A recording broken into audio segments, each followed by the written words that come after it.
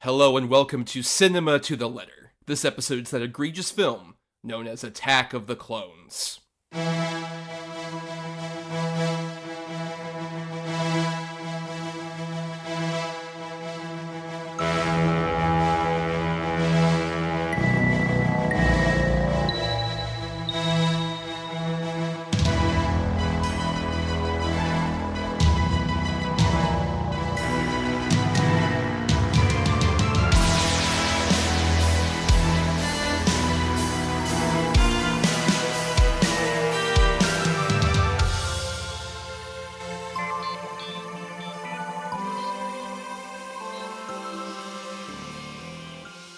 On Cinema to the Letter, we break down the very nature of cinema, letter by letter. For each episode of a season topic, we cover 6 films that fit a C for classic, I for indie, N for new, E for egregious, M for masterpiece, and A for atypical.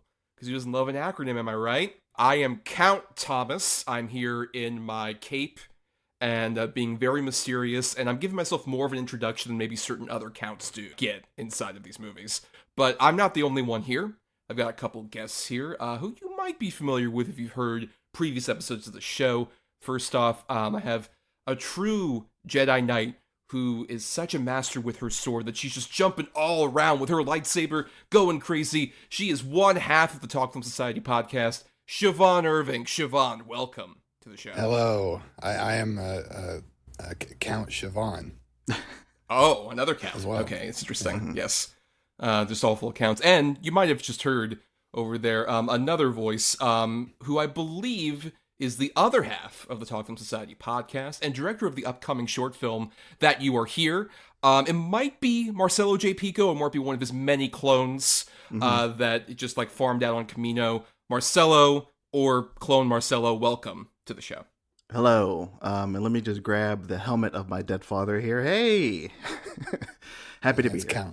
It's Count Clone Marcelo. I'm also a Count. Yes, I'm also a Count. We're all Counts. Yes, we all have capes and whatnot. And I'm just curious, Marcelo, with your various clones, are they also genetically predisposed to see movies like 4 or 5 times in the theater? Yeah, I have like 5 of them right now watching Nirvana, the show, the movie, just on a loop. For the 16th time, I believe. Yeah. So, I'm here recording with you, too, and my clones are out there just watching as many movies as possible, so. That's true. That's really what the army is trained to do, not like fight or do anything of value beyond going to different theaters and watching movies. No. But we are here today for the E for Egregious episode for this particular season. Of course, the Star Wars season. And we're specifically covering Star Wars Episode 2, Attack of the Clones. But before we get into that movie, as I've done with all the previous episodes of this particular season, I am doing a segment called Guest a Star Wars Story, which is a segment in which I ask the guests who are on for these particular Star Wars episodes about their history with the franchise, how much of a fan they are or not, and what their current sort of status on the franchise is in this modern Disney era. And Siobhan, I'm going to start with you. Could you please tell us, Siobhan, the Star Wars story? Yeah, so I grew up with these movies, as a lot of people did, probably everybody. I was a little young, but the right age for the prequels as they were happening. Phantom Menace is the first film I saw in a theater. I would have been 4 years old. And like I had a lot of the games and the VHSs and toys, an uncle who was like super into Star Wars, who had like all the old, like the little like 3-inch toys or whatever, those the ones from the old movies that they put out. Mm-hmm. I had it around me a lot as a kid, and I always liked it, but it's something that as I grew older, it's not that I grew out of it, it's just like I just stopped. Like I didn't really engage with it anymore. Like I'd play like the games were the only thing that I felt like any interest in ever trying out again. I never cared to see the movies. For this episode, this is the first time I had seen 1 through 6 since when I was really young, and 7 through 9 since like they were brand new. And 9, I haven't even seen it all. It was my first time watching it for this. And like I'll say, like as much as I have a reputation for being like the contradictory hot take person, I think I have a pretty milquetoast opinions on Star Wars. Like I can ingest a piece of Star Wars media, like a game or something, and enjoy myself plenty, but I have no particular passion for it. When it comes to the movies, I think I kind of have the consensus opinions, like all around. I like the originals the most. I think they're the most fun, have the most like cultural value. I have more complicated opinions with the prequels and think they're uneven and even bad in ways, but I overall appreciate them. And I think the Disney era has been terrible for the world at large, and I hate the capitalism of it all. But I think there's solid stuff they've done, but not all that much exceptional, and it's outweighed by the bad. So, like, look, my Star Wars story is that I, in asterisks, like Star Wars, but I don't really have a dog in the hunt. Right, yeah, you're much more of sort of like a casual observer rather than... Yeah, sure, casual. I'm casual. Right, a filthy casual, as you might say. Yes. But Marcelo, what about you? What is Marcelo, a Star Wars story?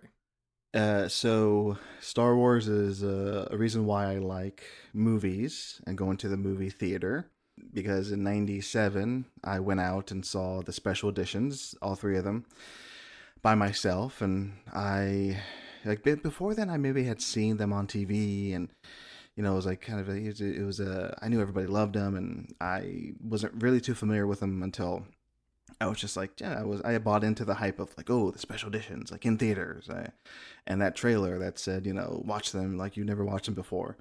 That got me, and I had family members around me saying, why do you want to see these movies? You can just see them on VHS. It's like, well, the TV's telling me these are special, so I got to see them.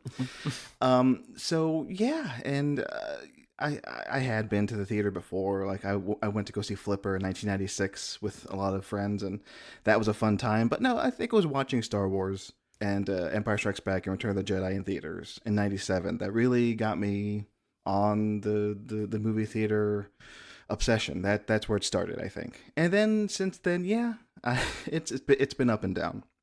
Currently, I'm in my down era of Star Wars, because yeah, the special editions were great. The prequels, which we'll talk about, I enjoyed the prequels for the most part, but then after Revenge of the Sith, I took a break.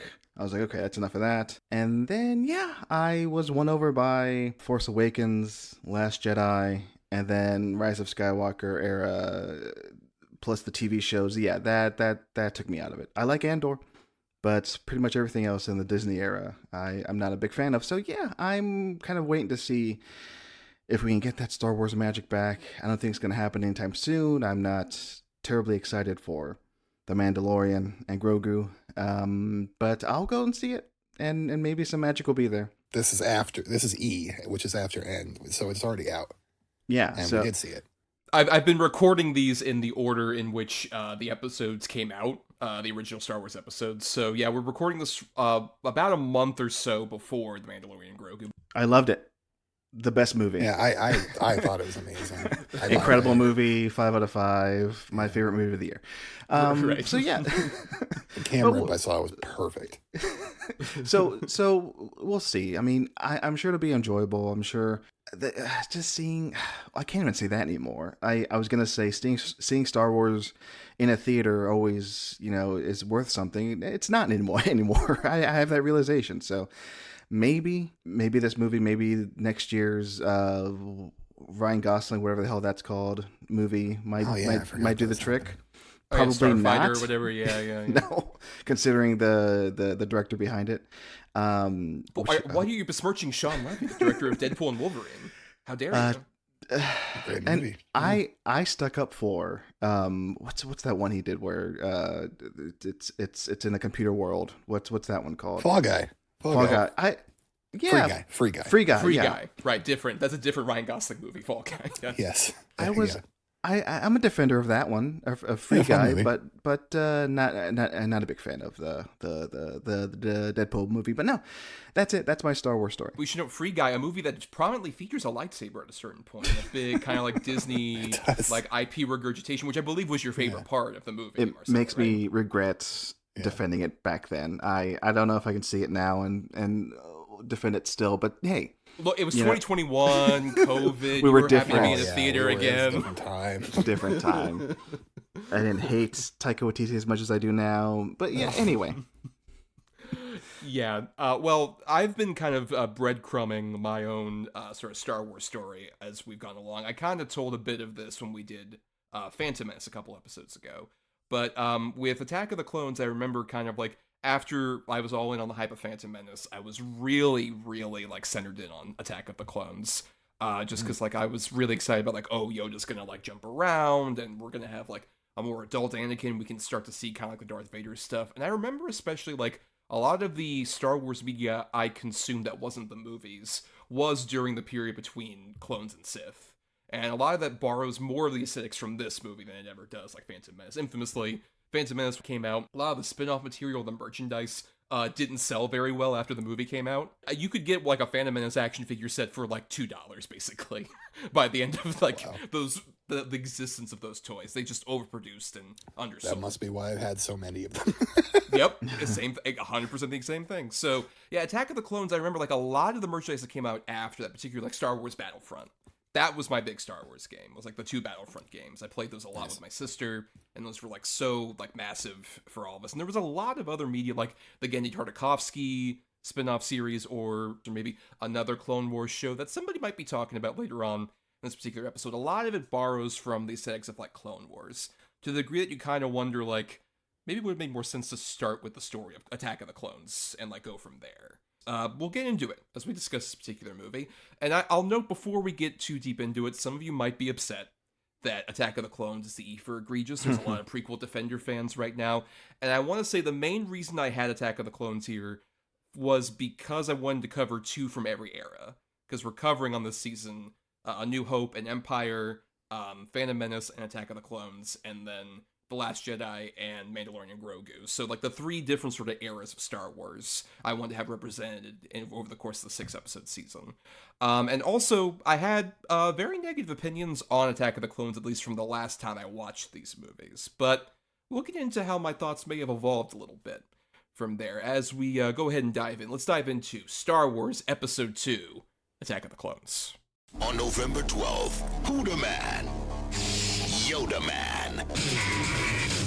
When you take home Star Wars Episode 2 on DVD, digitally filmed, digitally mastered, a perfect clone. Own the first major live-action film on DVD captured directly from its digital source. This 2-disc set is packed with over 6 hours of bonus features you'll actually want to watch. Star Wars Episode 2, Yoda the Man, on DVD November 12th. Exciting.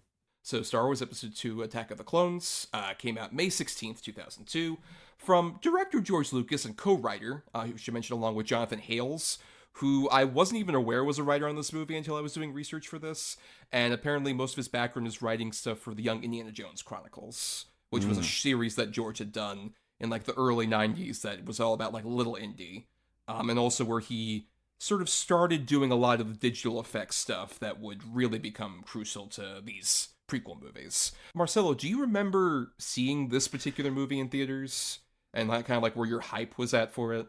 Yeah, I do. And worth noting is I remember vividly watching all 6 except for Phantom Menace. I have no memory of that. I don't know why. I remember the special editions of the first 3, this one, and Revenge of the Sith, but I have no memory of Phantom Menace. Who knows? As memory hold that. But yes, I remember being excited for this one. Even though my reaction to Phantom Menace was, I don't know, like it was fine. But I took some family and friends to go see it. I remember there being some children involved, and I was like, let's go have a fun time seeing this Star Wars movie. And yeah, I came out of it thinking, yeah, that wasn't good. That I'm not a fan of that. But then, on subsequent rewatches, I've come around to it a little bit. But yeah, I remember that summer just being excited for it, going with a group of people and just being like, let's have some fun. And I think they, the younger kids who were in that group, they enjoyed it. So I was happy that they enjoyed it. But yeah, it was not a great time for me in the theater in my memory. But yeah, that was my first time watching it. Yeah, I remember like the prequel movies were kind of the first exposure for me in terms of kind of like fan backlash and internet discourse. And it wasn't so much maybe internet discourse as much as like just older kids who I knew who had like been disappointed by Phantom Menace, and then in particularly were like not that interested in Attack of the Clones, or when they did see it they were like, oh, this is still kind of bullshit. I kind of had the weird thing of like, by the time this movie came out I had kind of turned on Phantom Menace, but I'm like, but Attack of the Clones is going to be so good. And it happened again with, oh, like, Attack of the Clones is so bad, Revenge of the Sith is going to be so great. Especially at that point. Like, you talked about Siobhan kind of like being young but kind of still in the right age range for the prequels. I was literally like the exact right age, because I was 7 for Phantom Menace, I was perfect. 10 for Attack of the Clones, and then 13 for Revenge of the Sith. In particular, Revenge of the Sith was like the first PG-13 movie I was able to see on my own, because my mother did not want to bother doing this again. And taking me to see another fucking Star Wars movie she didn't give a shit about. Do you have much cognizant memory, Siobhan, of your kind of going into this movie at all? No, I don't. Like I think just slightly too young. Is that Revenge of the Sith? I do have pretty vivid memory of, but I do not. I know I did see this in a theater, but I know I did like it, but no.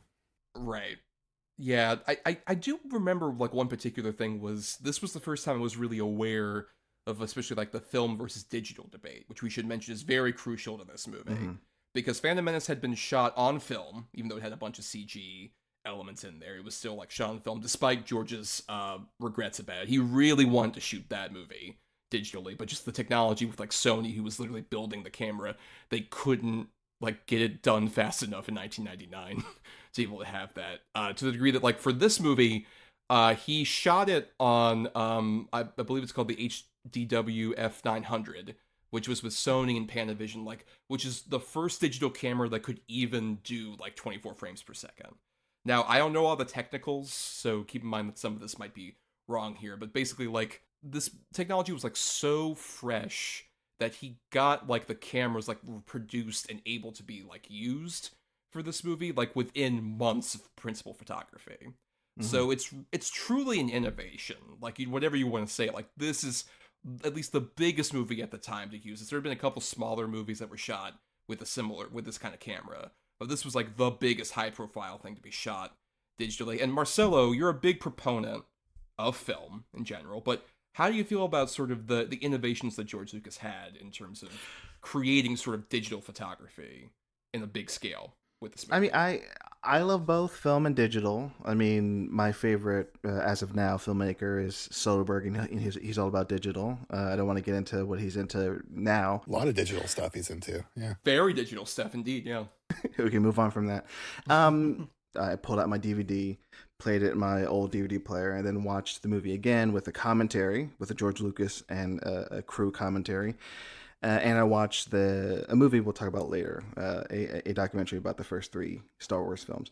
And it's interesting hearing him talk about innovation, especially it's a little frustrating hearing him talk about how the technology wasn't there for the original trilogy and how it looked like it was like missing something, and he was thankful later to come back for special editions and add things. I guess I understand that frustration, but it does work. Most half/most of the time, him and his obsession with the digital and creating in his brain the perfect CGI images. Rewatching it, I was kind of surprised in how it looked, and I was impressed with it. It definitely compared to digital photography of now. I dare not speak its name, but a big franchise nowadays just feels like they're shooting concrete and it's just all gray and black, Marvel. But back in these glory days in the early 2000s with this digital photography, I don't know. It looks good. The colors pop, and I think there's something there. I'm happy that he just went for digital versus like sticking to film because I should have rewatched Phantom Menace, but last time I watched it, I felt the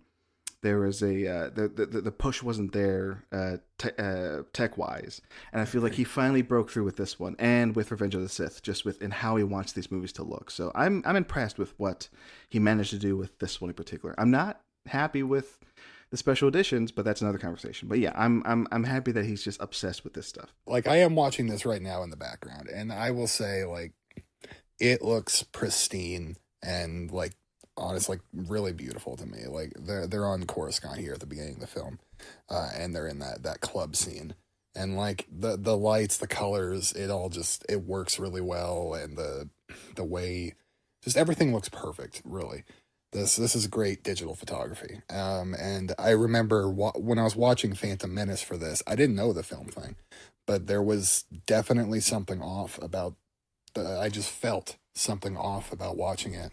About the presentation of it. That just something didn't feel right.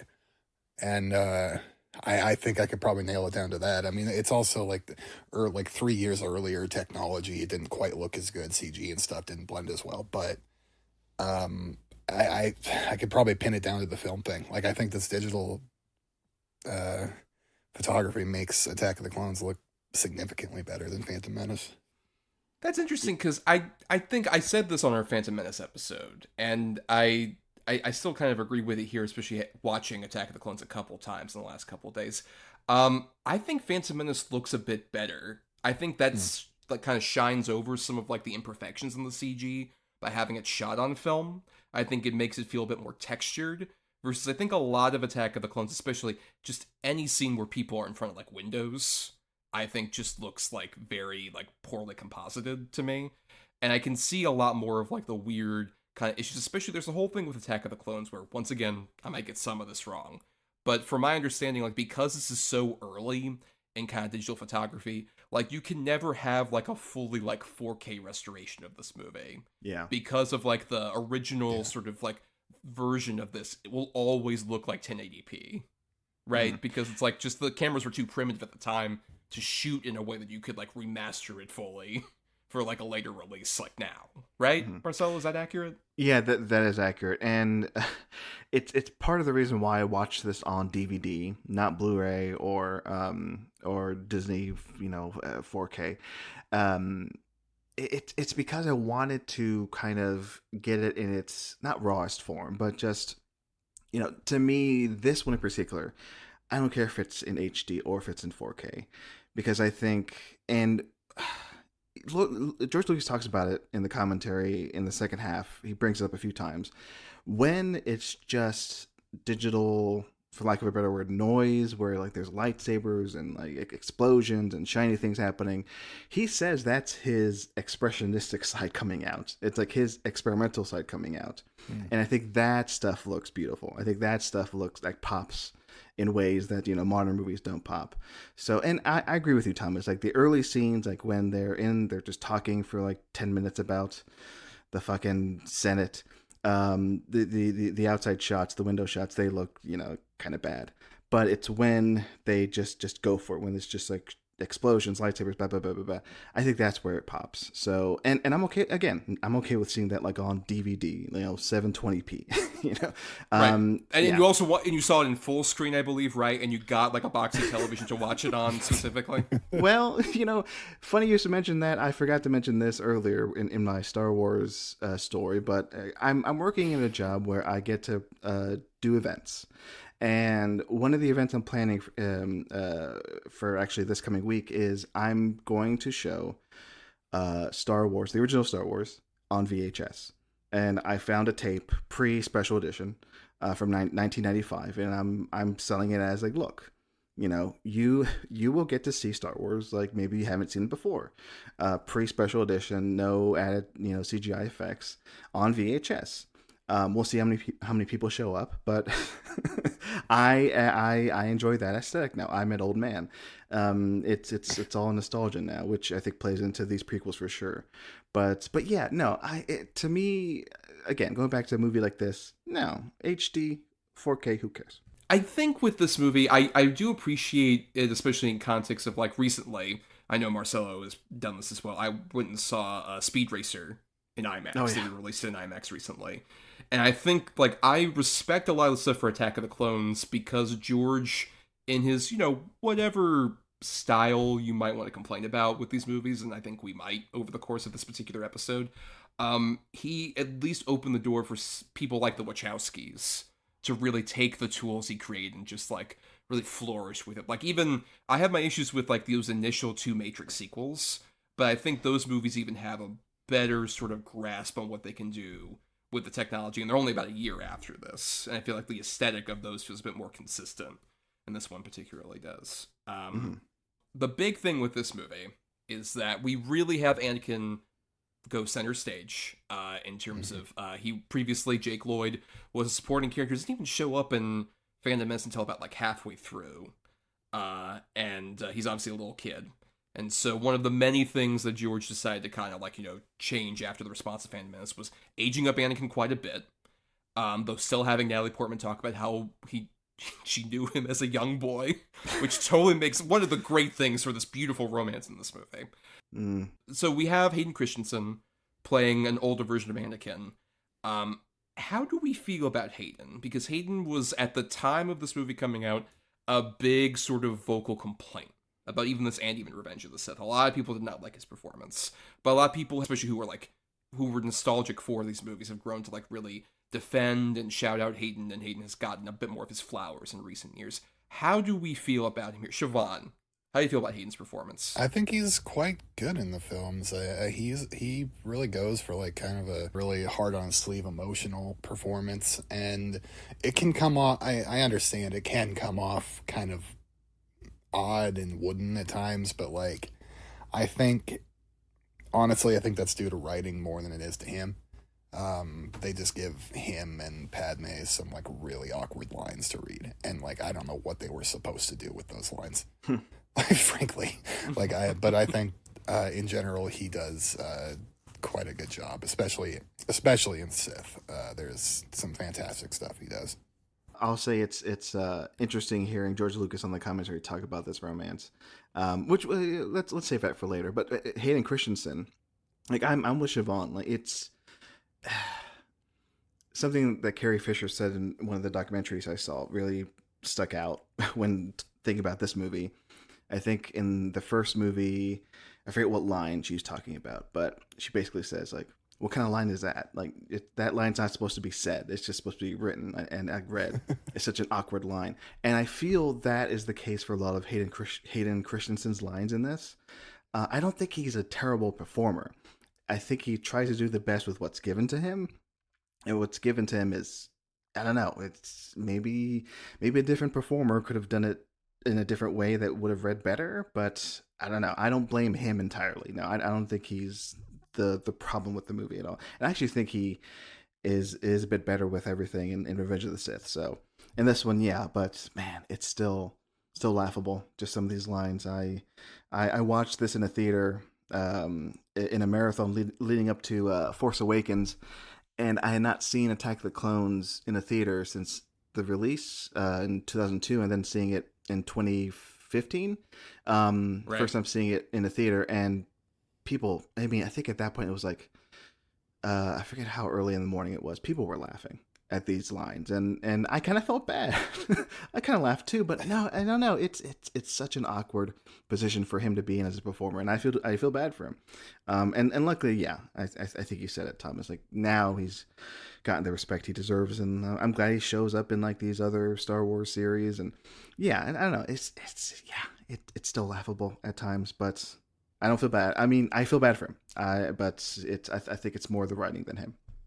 Yeah, I might not be as kind to the performance, but I don't put it on Hayden at all. I think he was very early in his career. Like before this, he had done like episodes of Goosebumps, and right before this, there was the movie Life as a House, which I hadn't seen until recently. He got a Golden Globe nomination for it.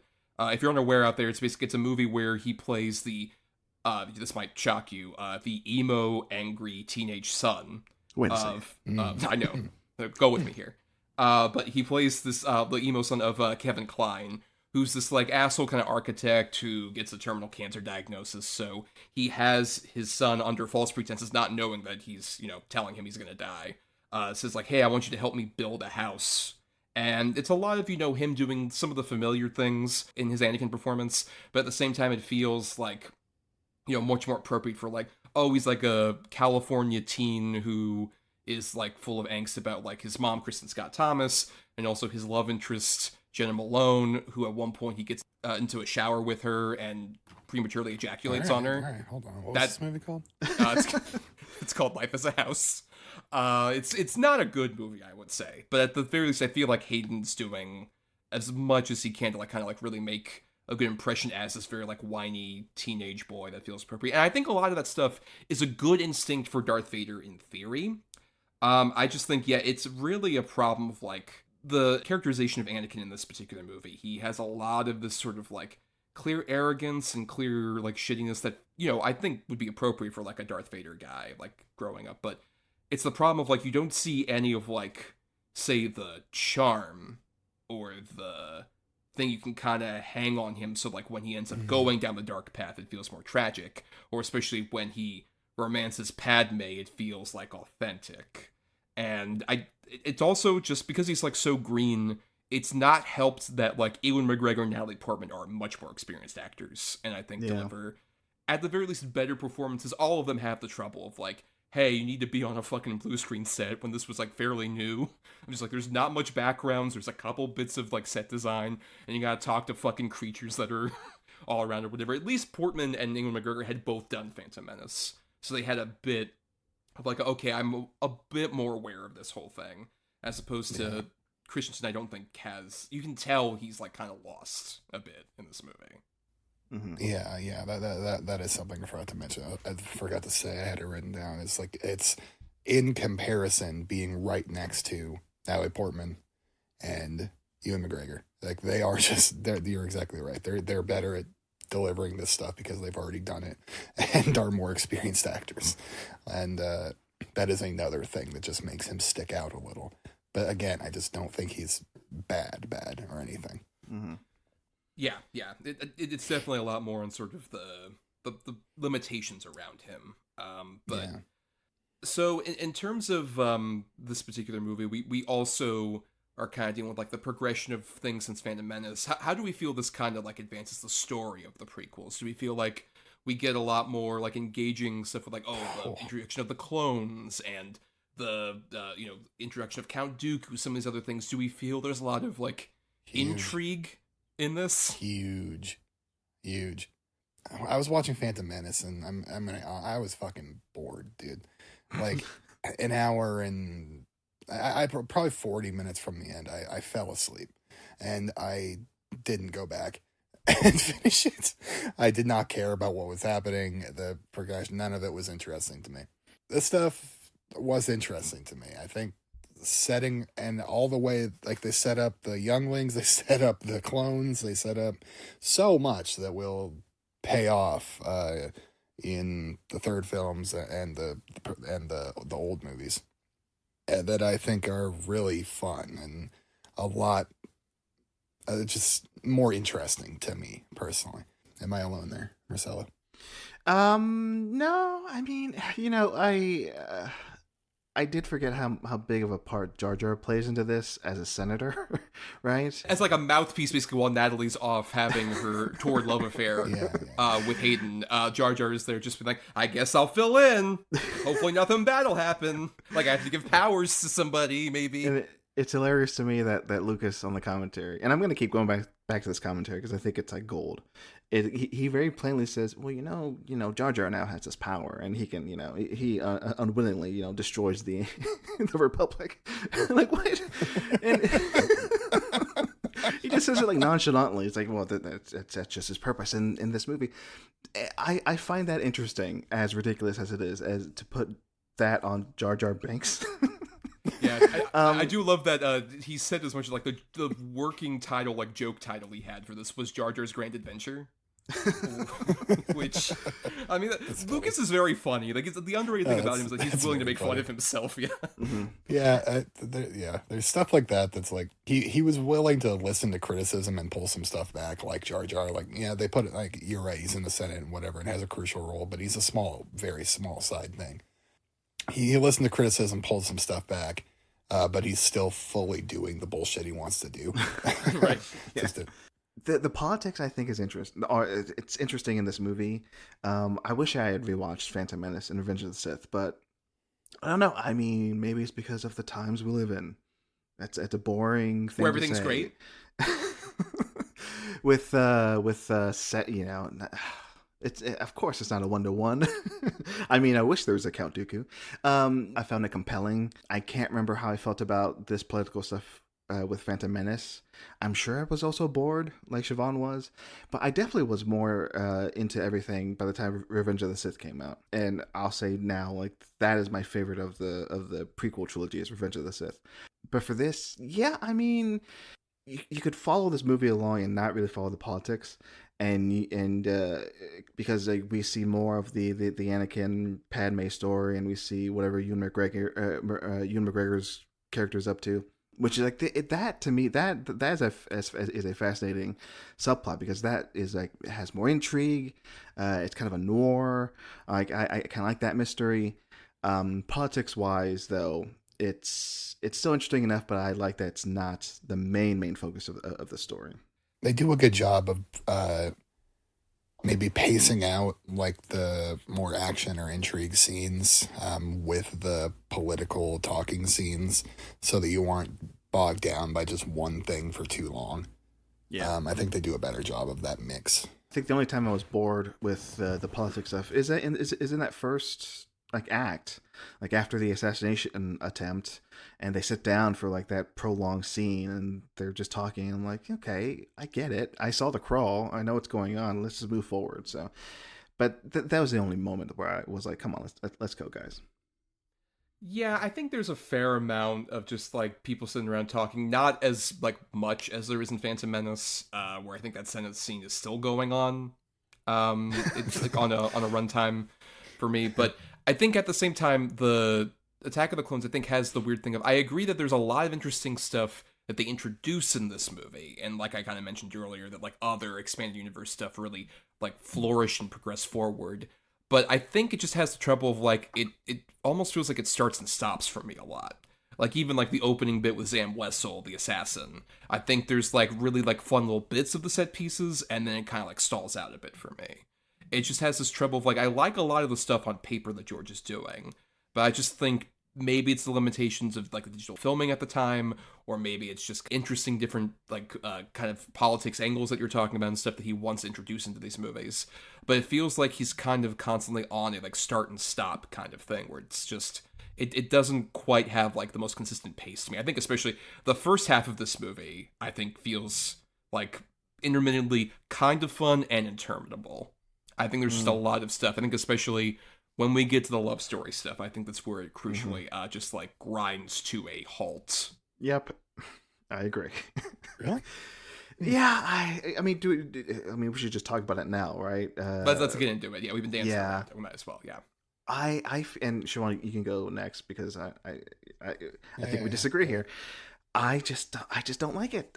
It doesn't work for me. I think maybe it is Christensen just not being the perfect fit, or not knowing how to play the role. I mean, going back to Revenge of the Sith, I think it works better in that movie, but in this movie, those two together, Christensen and Portman, I just don't buy it, and I think it's awkward, and I just don't see them being the meant to be's in the end. Although, you know, we know it's tragic, but still, like ending it on the wedding, I just don't buy it. I don't buy us getting there. And it's to Thomas's point, every time a scene where they're together and they're, you know, will they, won't they, and they're arguing or they're like kissing, like yeah, the movie just grinds to a halt for me. I'd rather go and see what McGregor's up to on that sea planet with Boba Fett Sr. I think that's completely fair enough. I just I don't know, it sort of works for me. I don't 100% buy it either, but I think it's cute enough. I do like those two together a bit. And what you're talking about, how you'd rather see the stuff that Ewan McGregor's doing on Rain Planet. Again, I think it's smart that they are doing this like intercut, those two scenes of Ewan McGregor investigating that planet with the love story stuff between Padme and Anakin. Like the meme scene where they're out on the grass and she's like, "Oh, you're kidding, right?" Like, and I like, it is down to the lines. I think that the lines are, again, like every now and then he'll just say stuff like I want to kill everybody in the world. and she's like, "Oh, okay." And it's like she should be turned away by this. Like, what are you talking about? She really should be. It's what are you talking about? Like the bit where he talks about just like, I think there should be a dictatorship, and she's like, "Oh, that's a funny bit that you're doing." To think she's been fighting against her whole life, right? why she's in politics? It's so cute. But yeah, I think it's well shot, and I personally felt that they paced it right, where they cut it in between with those that Rain Planet scene, the clone army establishing scene with Jango. Like they cut back and forth between those two scenes at like just the right pace. Even though they have like clashing tones, they're both kind of sinister and they both kind of work together. It's interesting. And like, oh God, just before I want to call out a specific line that I think is so weird. It's Natalie Portman. It's right before they go into the arena. They're being taken into the arena near the end of the film. I'm not afraid to die.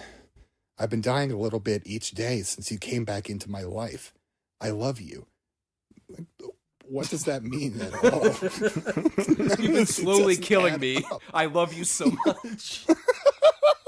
You're wearing me down, Anakin. I want to die. I love you. Anyway, yeah, it is totally awkward and weird, but I like it. I don't know. Mm-hmm. Well, because it feels like they kind of want to have sort of like a bad boy kind of charm to Anakin, right? Because there's like yeah. That's what they're going for. But the problem is that like when you have somebody who has been both a queen and is currently a senator, and also really want to underline, knew this guy when he was like 9 and she was like at the very least like 14 years old, maybe a bit older, and constantly brings it up to just like, "Oh, you were so little. I remember when you were that little boy. You'll always be that little boy to me, Anakin." And every single thing he says pretty much is either very antagonistic about like his situation, where he talks about like, "Oh, Obi-Wan doesn't trust me and I have so much power," like really aggrandizing himself, or even like the scene where they're on Naboo and like they're meeting with the new queen and Sio Bibble, one of my favorite Star Wars names, Sio Bibble.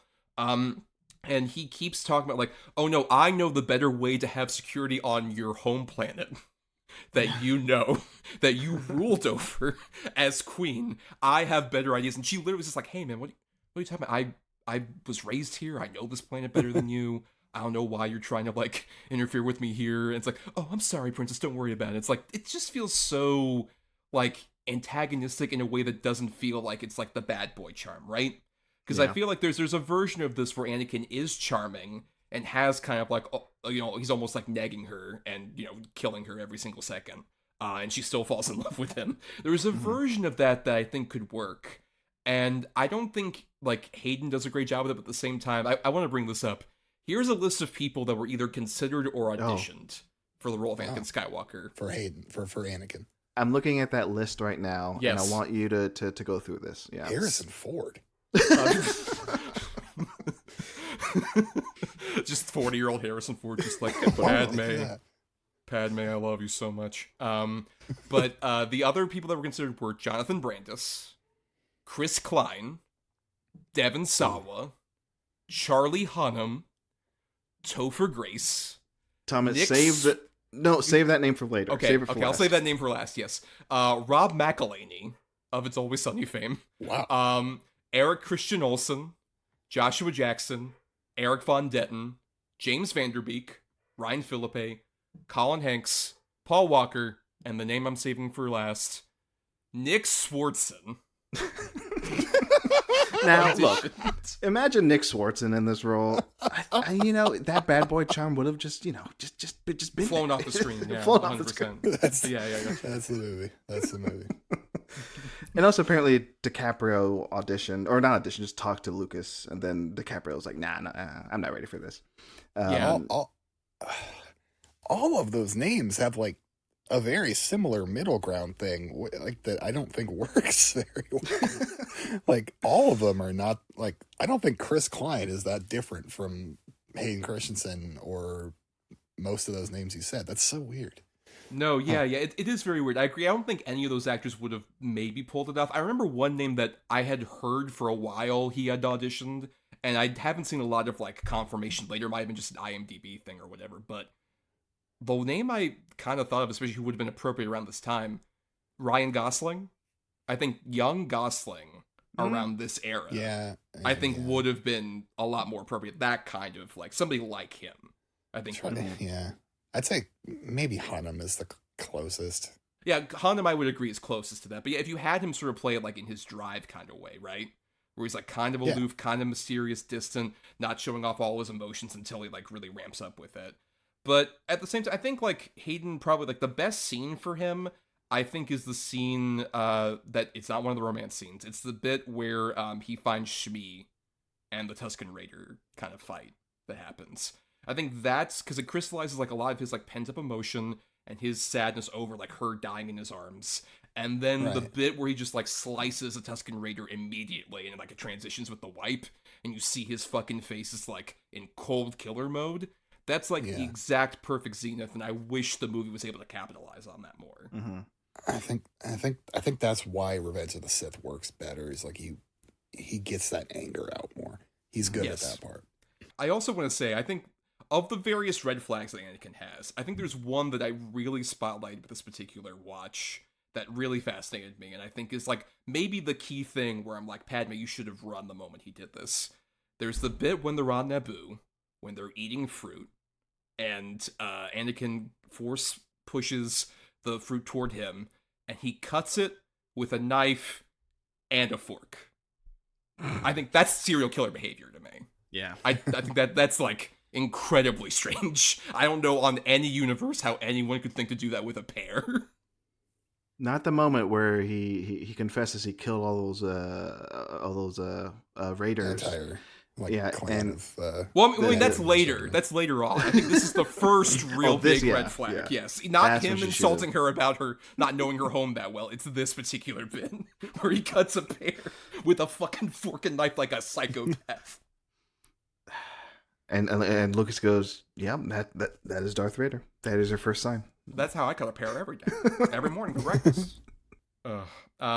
Well, we kind of commented on like, oh, there's like a lot of stuff that's introduced here, and we kind of talked about the politics angle. Let's talk about the titular clones, and by proxy, Jango and Boba Fett being introduced here, revealing the backstory of this guy who in the original trilogy was kind of like a background sort of like, a very cool but mysterious bounty hunter guy, who famously died at the hands of a blind Han Solo saying Boba Fett where, and accidentally puncturing his jetpack. Yeah, how do we feel about that angle of it? Because, Marcelo, you were mentioning you like the sort of intrigue with Obi-Wan. How do you feel like that particular, the reveal, like, oh, it's Jango Fett, Tamora Morrison playing Jango, kind of like revealing, oh, he is like the basis for the entire clone army. Hold on. No. I'm sorry. I'm so sorry.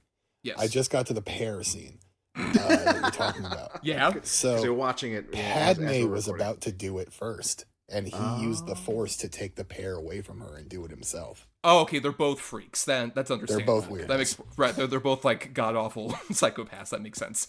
But sorry, Marcelo. with the Jango of it all, how do you feel about that?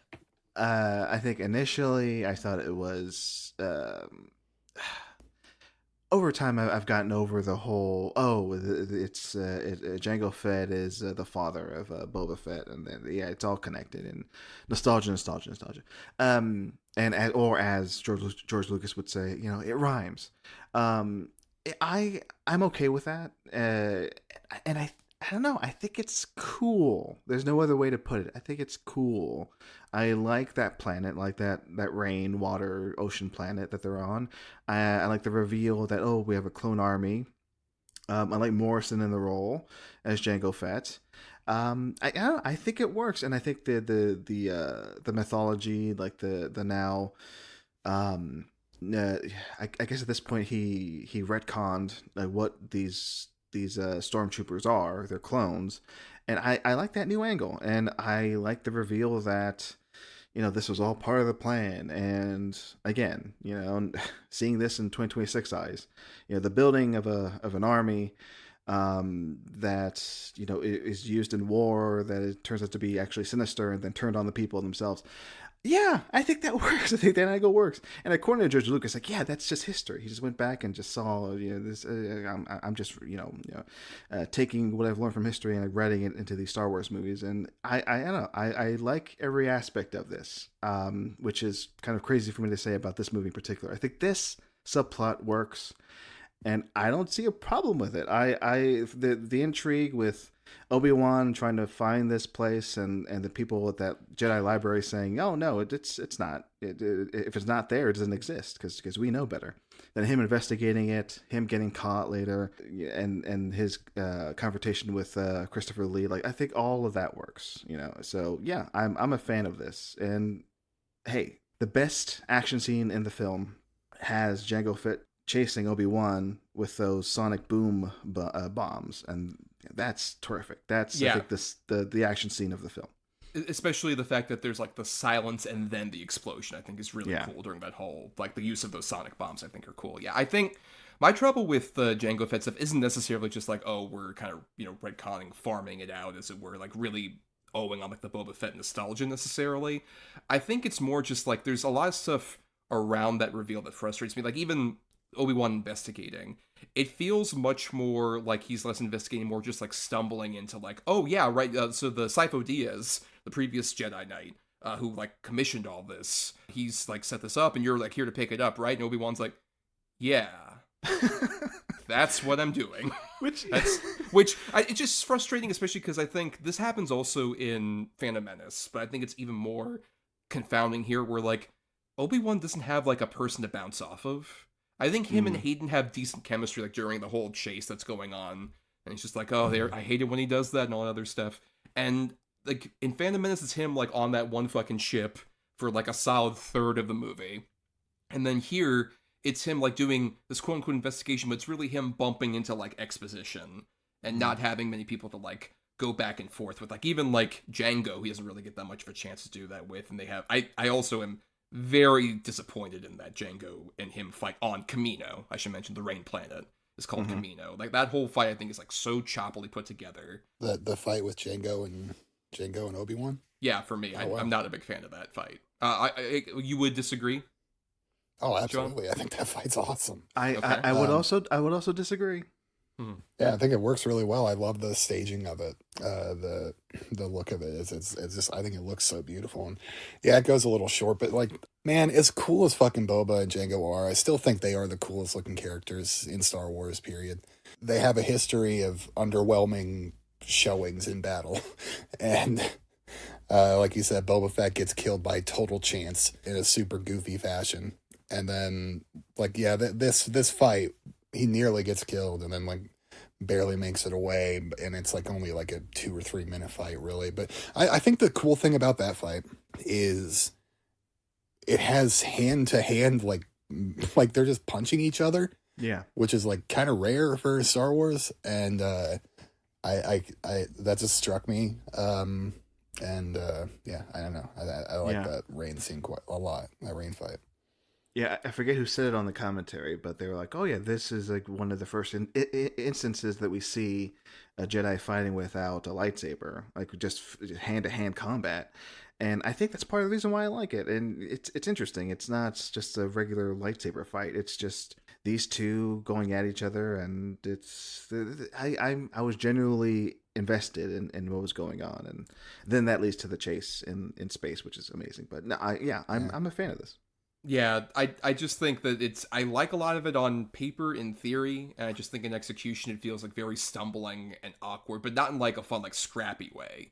It just feels like there's not a lot of like umph to that fight, really. I like Django a bit more when he's in like the Geonosis kind of thing, especially the bit where someone's about to try and kill Dooku, and then he like fucking comes out and twirls his fucking firearms. Yeah. And shit like that. I think that's fun. Even like his death being decapitated by Mace Windu, I think is cool.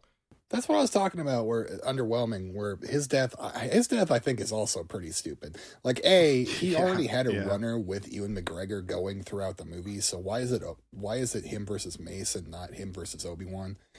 But that I can get past. But, like, what he does is he's just, like, slowly walking towards Mace Windu, shooting his single blaster pretty slowly. And then he gets his head cut off, because of course he does. He does nothing to defend himself, or offensively, really. Like, why is he... This is such a, I don't know, dumb way to die, I think, but whatever. See, that I cannot defend. That I'm not a big fan of. I like that whole Django versus Obi-Wan subplot until they get to the... wherever they are at the end, that stadium thing. And we'll talk about that soon, I guess. But yeah, I'm not a huge fan of the outcome of that. And then it just keeps going, and then we have the Count Dooku lightsaber fights, and we'll talk about it.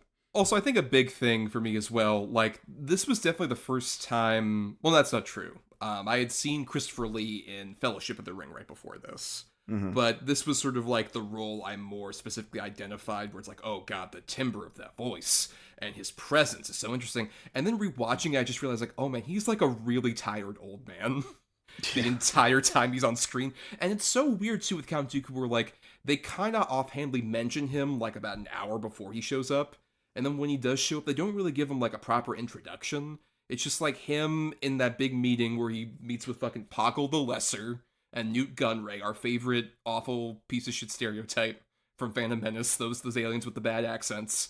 Then like his like back and forth with Obi-Wan when he's like imprisoned and stuff. It just feels like there's not a lot of like interesting intrigue about like, oh, there's not as much mystery about him. It's just like, oh, I was like part of the Jedi Order, I guess, at one point and not anymore. And apparently a lot of that stuff was cut out in terms of like introducing him and developing him more, for the sake of including one particular sequence on Geonosis, the droid battle thing, the droid factory thing, which was added literally like 9 months into post-production. That was not in script at all. And you can kind of tell, it feels kind of like, oh, we just need an action beat here. It's just kind of weird. Like, why are we doing this now? Yeah, and I started off first time watching it and hating that the factory stuff. And now I like it. I don't know what happened. I just grew older and I grew wiser, and that is a good moment for me in this movie. But going to Christopher Lee, I want to talk about Count Dooku. I like him, right? But I just this is the fundamental problem with like the trilogy for me is Palpatine, and he's supposed to also be, what's his name, Senator, I don't know. Well, he's Senator Palpatine or Darth Sidious. Darth Sidious, sorry. Okay, see, I don't Palpatine's not my favorite. All right, I like him to a degree, but the fact that the whole trilogy is like just nobody knows it's the same person, right? Is that what's going on? I'm so confused by that, right? I mean, he puts a cloak on, he's completely different. I know what you're talking about. Yeah. Like, when I put on my hoodie, everyone's like, who is this mysterious man who's walking in? That's why I don't like some aspects of this trilogy, is because, yeah, people are supposed to just be fooled that the bad guy and the quote-unquote good guy are two different people. No, they're actually the same person. And Count Dooku is... if they had given him some sense and like let him be his own like villain, disconnected from, Palpatine, then I would have liked that character more. But because he's connected to the Palpatine plot, then I'm not a huge fan of Dooku, if that makes sense. I mean, it's weird. In the next episode that you'll hear in a couple weeks, I kind of also defend the Emperor a bit. Element of it, where I think it's mainly like, one, I think the whole disguise thing I think fits for sort of like the space opera kind of like serial thing that George is going for. I think that fits. Was like, I can buy that in the same way that I can buy Superman Clark Kent. I can buy that enough. And I think what really helps it too is Ian McDiarmid is so fucking good in these movies. He is good. Especially in like Revenge of the Sith when he's just like going unlimited power and all that shit, the meme stuff. I'm like, yeah, that's so good. But even here, like the bit where he's just like, oh, I love the Republic. I love democracy. Like this fucking weasel, this piece of shit. It's so funny. But how do you feel about the sort of the Dooku and the Emperor, like the villainous angle of this movie, Siobhan? I think it's fine. Like, I think it's serviceable. Dooku, like, when I was a kid, I thought he was super cool because of his lightsaber, the curved lightsaber, whatever the fuck that is. I think he needed maybe a little setup, a little more, just something that he did to make you care when you're right, when he shows up later, it just feels kind of underwhelming. And but he's fine. He's serviceable. That's all I'll say. I mean, I also think poor Christopher Lee, who at this point was like what in his like 60s, 70s, like the bit where I think is like maybe the worst bit of acting where someone on a digital kind of like saddle horse thing when he's like got on his speeder and he's just kind of like flying in the air, just like he has no idea what's going on. No one's giving the direction. This man fought in like World War II and like was an espionage killer and was Dracula and all this other shit. And he's just kind of like just floating there. It's very silly. The VFX people, the ILM people on the commentary were very happy to point out, like, right here, entirely CGI Christopher Lee. Just like either walking out of the ship or sitting down or holding a lightsaber, all CGI. Well, especially there's the bits also where they'll have either a digital or stunt performer with a digital mask for his lightsaber sequences. And that's like some of the worst CG in the movie to me. Yes. Yeah, that is true. It looks really fucking bad. But I think we should, while we're talking about Dooku, kind of the big selling point of this movie was his lightsaber fight with Yoda, who we should note in terms of the digital kind of angle of this particular movie. This is the first movie where Yoda is completely digital. In the original release of Phantom Menace, he was still a puppet. And then in 2011, they completely CG'd over him to look more like the prequels era. But yeah, how do we feel about sort of Yoda and his characterization and his eventual fight? Like, Siobhan, do you think this is like a good continuation of of Yoda from the original series in this particular form? Yeah, Yoda the man. Like, I think this fight and stuff, it makes Yoda seem strong, like, and powerful. Like, I'm more so with some of his stuff in Sith, I think, but it started here. Getting to see badass Yoda swing around and shit, like, I think that delivers. Like, this little weird green gremlin doing flips and stuff is fun. I enjoyed that. I enjoy that lightsaber fight. The fight before that between Dooku and Anakin is less so, but I think that's probably a lot because of limitations of what you were talking about. With but wait, are you saying that a fight between a 19-year-old Hayden Christensen and like a 6-year-old Christopher Lee might have some limitations to it? Yeah. But the shit with Yoda, pretty cool. Yeah. How do you feel about Yoda in this, Marcelo? I'm conflicted about Yoda overall. I think there are ways, if you were to make a modern movie and put Yoda in it, that it feels right. Yeah, make him a baby. Yeah, exactly. No. I mean, okay, I do like Grogu. Okay, he's fine. All right, and I think that's a good mix of practical and CGI, right? And he's a baby, right? Little baby. He's a baby. Yeah. It just frustrates me when I hear the commentary for Attack of the Clones talk about, oh, we got a new CGI Yoda, like he's fantastic, he's amazing. And then watching a documentary after that talking about the Empire Strikes Back Yoda and how amazing that was, and how the puppeteer work was next level, and it felt more real to me, and I can see why you can't really do a physical puppet, a puppet Yoda that's Empire Strikes Back level in a Attack of the Clones where he needs to fight a 60-year-old man. And like jump on walls and do flips and stuff. Yeah, kind of hard to do that with practical effects, but still, like I'm of two minds. Like it bums me out to see a lot of CGI Yoda when I know there's a practical Yoda that could have been used. But again, this is George Lucas's fascination with the new and the CGI and like what we can do beyond what we could have done 20 years ago, 40 years ago, 50 years ago. So yeah, I'm of two minds. It's cool, but yeah, I would rather see practical if possible. But yeah. Do you like the original Episode 1 puppet version of Yoda, if you can remember that? No, that one sucks. I vividly remember that one. But yeah, the magic that I want from a puppet Yoda, like they managed to do that in Last Jedi. I don't know how exactly they did it, or who they asked to do it, or if they pulled out an old puppet from the 80s. I don't know, but whatever they did there, that's the way I think a Yoda should be handled in a film. But again, if you want one that flips and does tricks, and one of my favorite Yoda moments is in Revenge of the Sith when he fights Palpatine, so that's cool too.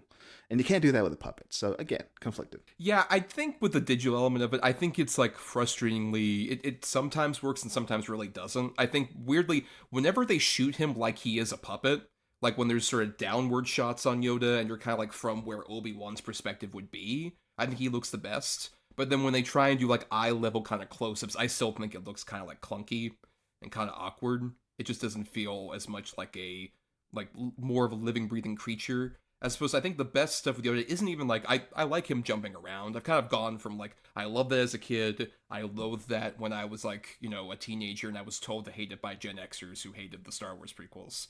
And then I've grown to kind of at least like have fun with just like, look at him jumping around. And like that's where I think more of the choreography that I really like in Phantom Menace comes out a bit more in like Yoda's kind of fighting, especially against, where you can like kind of make it work against like Christopher Lee, who's like, go up, Christopher, down, up, down, right, left. Like if you can like work around it a bit better. But my favorite stuff with him is, which is apparently, if you watch the Light and Magic documentary, which is on Disney Plus, they talk about this. Like originally it was just going to be he came out, brandished his lightsaber, and then went right into the fight. I really like when he's using like sort of force powers to like throw stuff at Count Dooku and like kind of absorb the lightning powers and stuff. That feels a bit more like the classic Yoda to me, while having like these advancements like you couldn't really do with a puppet necessarily. And then also him pulling back his robe and then pulling out the lightsaber like he's a fucking Western like gunslinger. That shit rocks. That's so fucking cool that Yoda fucking does that. So yeah, I'm kind of like in a similar kind of mixed state with it. I also think a big thing with sort of the prequel trilogy as well that kind of frustrates me is the characterization of Yoda. Because what I like about Yoda in like Empire Strikes Back is like he initially has the kind of like deceptive, Frank Oz doing his Grover voice, kind of like, oh, I'm a silly old man, Yoda, and then becomes like, oh, he is this like wizened like Jedi Master. Yoda in the prequel trilogy is guilty of a lot of war crimes if you even think about it for a second. It is so wild. Like I watched these in numbered order. Yeah. And again, I hadn't seen these for so long since I was a kid. And like the characterization of Yoda from these movies to Empire Strikes Back, which would be like 20 years later. Yeah. Right. Somewhere around there. It's just ridiculously different. Like now he's just some like weird, goofy little hermit guy, and opposed to this where he's like badass, serious, whatever, like killing shit. It's so weird. Yeah, I also think his speech pattern is much more annoying when you have him, like, during the Geonosis battle. He's talking about, like, park the reserve over here, you must, and stuff like that. It's like, just fucking talk normal, man. There's, like, a giant battle going on. What the fuck are you doing? And especially, like, even, like, in Phantom Menace, like, a lot of the stuff is introduced about Yoda being like, oh, I'm gonna, completely down cry, like, no, we can't have you train this boy. And then at the end, he's just like, all right, Obi-Wan, fine, train him, whatever. We're fine with it. Just fucking do it. Qui-Gon died, whatever, just do it. It's totally fine. The Jedi suck. All right, we should get that out of the way. Yeah, they suck. Right, which in theory could be like an interesting kind of like, oh, we're like deconstructing what the Jedi are in terms of being these like sort of samurai, like incredibly fascinating kind of heroic characters, and making them more, at the very least, morally gray. I don't think these movies do an incredible job of that, because it makes it less interesting when they're just kind of like sitting around and determining, like, yeah, let's probably not do anything here. Like, so many scenes of poor Samuel Jackson just talking to Yoda, so talking to nothing, and just being like, yeah, I guess, we might as well just fucking, I don't know, like, clone army? I guess we should sanction that? Maybe have Palpatine? Whatever, we don't know. Maybe we shouldn't have that, maybe we shouldn't. I'm not sure. It just feels like much more kind of like they're indecisive and don't have much of a point of view, versus them actually having, like, this in theory, like, oh, like, we're supposed to be, like, very much like zealots, and we have to be, like, sort of monks as well. Like, we have, like, a very specific code. They're kind of, like, wishy-washy. They're moderates. Movies. Right, they're moderates, but also not in, like, an interesting way. Just kind of like, yeah, whatever, I guess we'll let that happen. Fine. Yeah. Honestly, I think that's something that George Lucas managed to pull off in the path to Darth Vader. Is like, I can see why somebody like Anakin Skywalker would become a Sith, is because the Jedi Order, they maybe just have too many rules, and also they don't know what to do, and they're very much like you said, Thomas, wishy-washy. It's like, come on, they're not great at managing themselves. No, Yoda's they're not a great ruler, it doesn't seem, or leader, or whatever, or at least nobody understands him. Right, plus they also train them so young, and then by the time Anakin's, like, in prime, like, I need to, like, fuck so bad, it's just like, no, you can't do that. You're gonna raise a psychopath if you just train him the entire time to not do that, not have any kind of personal relationship, and have him hide that. No, I guess tying into The Last Jedi just a little small bit, like, the whole ethos of the Jedi is, like, the balance, that there is, like, you're right, they are moderates, that there's the balance. We have to maintain the balance. There's equal light and darkness, and that is what the Force is, and that is what we are trying to maintain. So, like, they are absolutely, that is so crazy. I never thought about that. The Jedi suck. The Jedi fucking suck. Wow. I don't remember if it's in this movie or in Revenge of the Sith where the opening crawl says there are heroes on both sides. That's just saying. Thomas, I think you're reading the news. Is what you're reading. But I love democracy, Marcelo. I love it so dearly. Protecting politics is like their number one thing. Like, right. Like, oh my God. Right, except Anakin also hates politicians, except for, like, a couple of them, where he just thinks, they should all get together and vote on what is the best interest of the people, which is what Padme says she does. And then it's like, but we don't always agree sometimes, so maybe we should be made to agree. That's the real hot, scintillating stuff that really gets you to fall for a guy like that.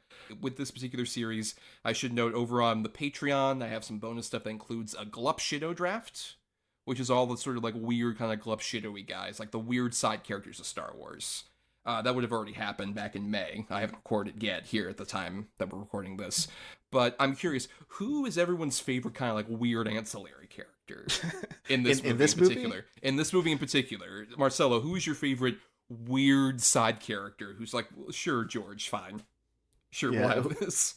Whoever the fuck is the character in the diner. Dexter Jettster, sir. You say his goddamn name correctly. A George Lucas inclusion, because he's like, well, I made American Graffiti. I can just make a callback to American Graffiti and have a diner in my movie. Why not have a weird diner owner cook be a Star Wars character, and just, like, kind of not really try, but just the character design is just so simple. Just make him an alien, but also make him a slimy, like, a diner owner. Done. Boom. I like it. Yeah, I love Dexter Jettster. I agree that he feels just like it's George in his full, like, oh, I'm having nostalgia for, like, the 50s, 60s era. So I have to have, like, this dude who kind of looks like a hammerhead shark, but he's, like, kind of big. And then also he has a mustache. And the mustache looks so shitty. I love it. I especially that he has like the kind of like voice, just like, oh, it's Obi-Wan. Like I love the implication that the two of them have had adventures before. Like that's the spin-off stuff I want. I want Obi-Wan and Dexter Jettster like fucking palling around doing some shit. And Dexter like gave up that life, just like, no, I want to start a diner on Coruscant, just hey, forget about it. It's all good. So making him vaguely Italian, kind of. I think it's good representation myself. I've had plenty of Dexter Jettster pasta. It's the best. He does it the best on the Coruscant. Just like a mama used to make. But Siobhan, who is your favorite kind of like weird side character in Attack of the Clones? Gonna be honest, I got nothing. Watto's technically in this, so him. Yeah. Number 2 is Watto. Old Watto for me. Yeah. Yeah. But I do really like that alien, that like really super tall, slender alien that meets Obi-Wan and shows him the clone army. Right, yes, the Kimonians. Yes, that's really cool. I think they look the best out of like the various different aliens. I think particularly the kind of like the weird sort of like fish-like skin that they have with like their pores, and they're like very oily, and they have like this kind of grandiose kind of element to them, and also that they're so fucking giant and tall and a stick figure.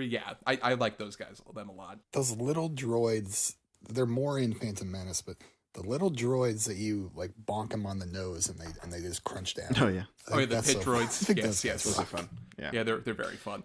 I mean, I think for me, my favorite personally is Kit Fisto, who's one of the Jedis. Particularly, he's the guy who's like green, has the tendrils on the back of his head. Yeah, I like his design a lot, and also I think my favorite bit in the whole Geonosis battle is when he pushes like the C-3PO battle droid over, and then he ends up like shooting another battle droid and it falls on top of him, and he just like smiles. Yeah, like it adds so much character to this weird fucker. And also Kit Fisto is like the perfect Star Wars name to me.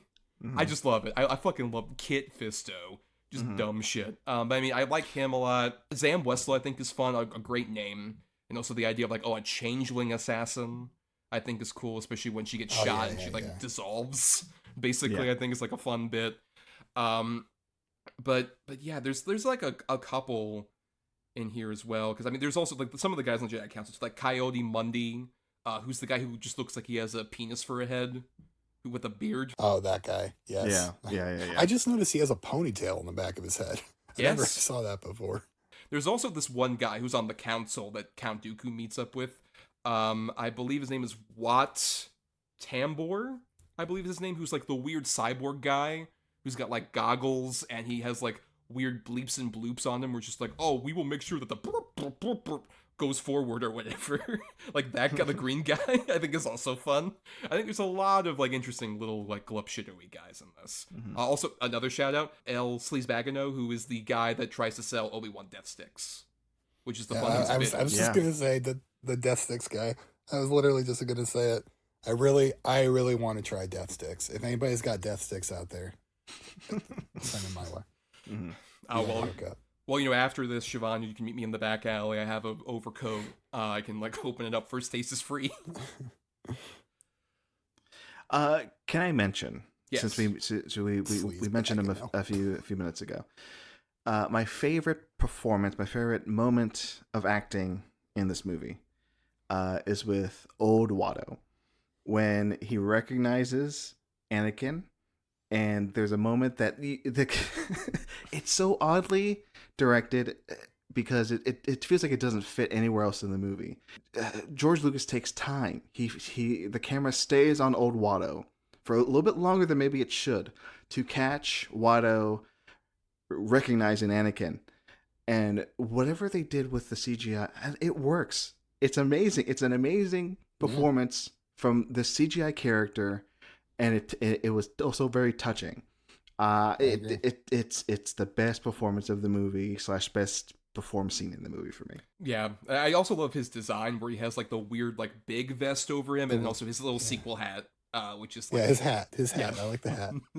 Yeah, it looks like a very like World War I doughboy era fucking hat. Yeah, I think it's very fun again. And also he's just like, I'm kind of washed up, Annie, and I sold your mother, but don't worry, she got freed, so it's all good, right? We're good, right?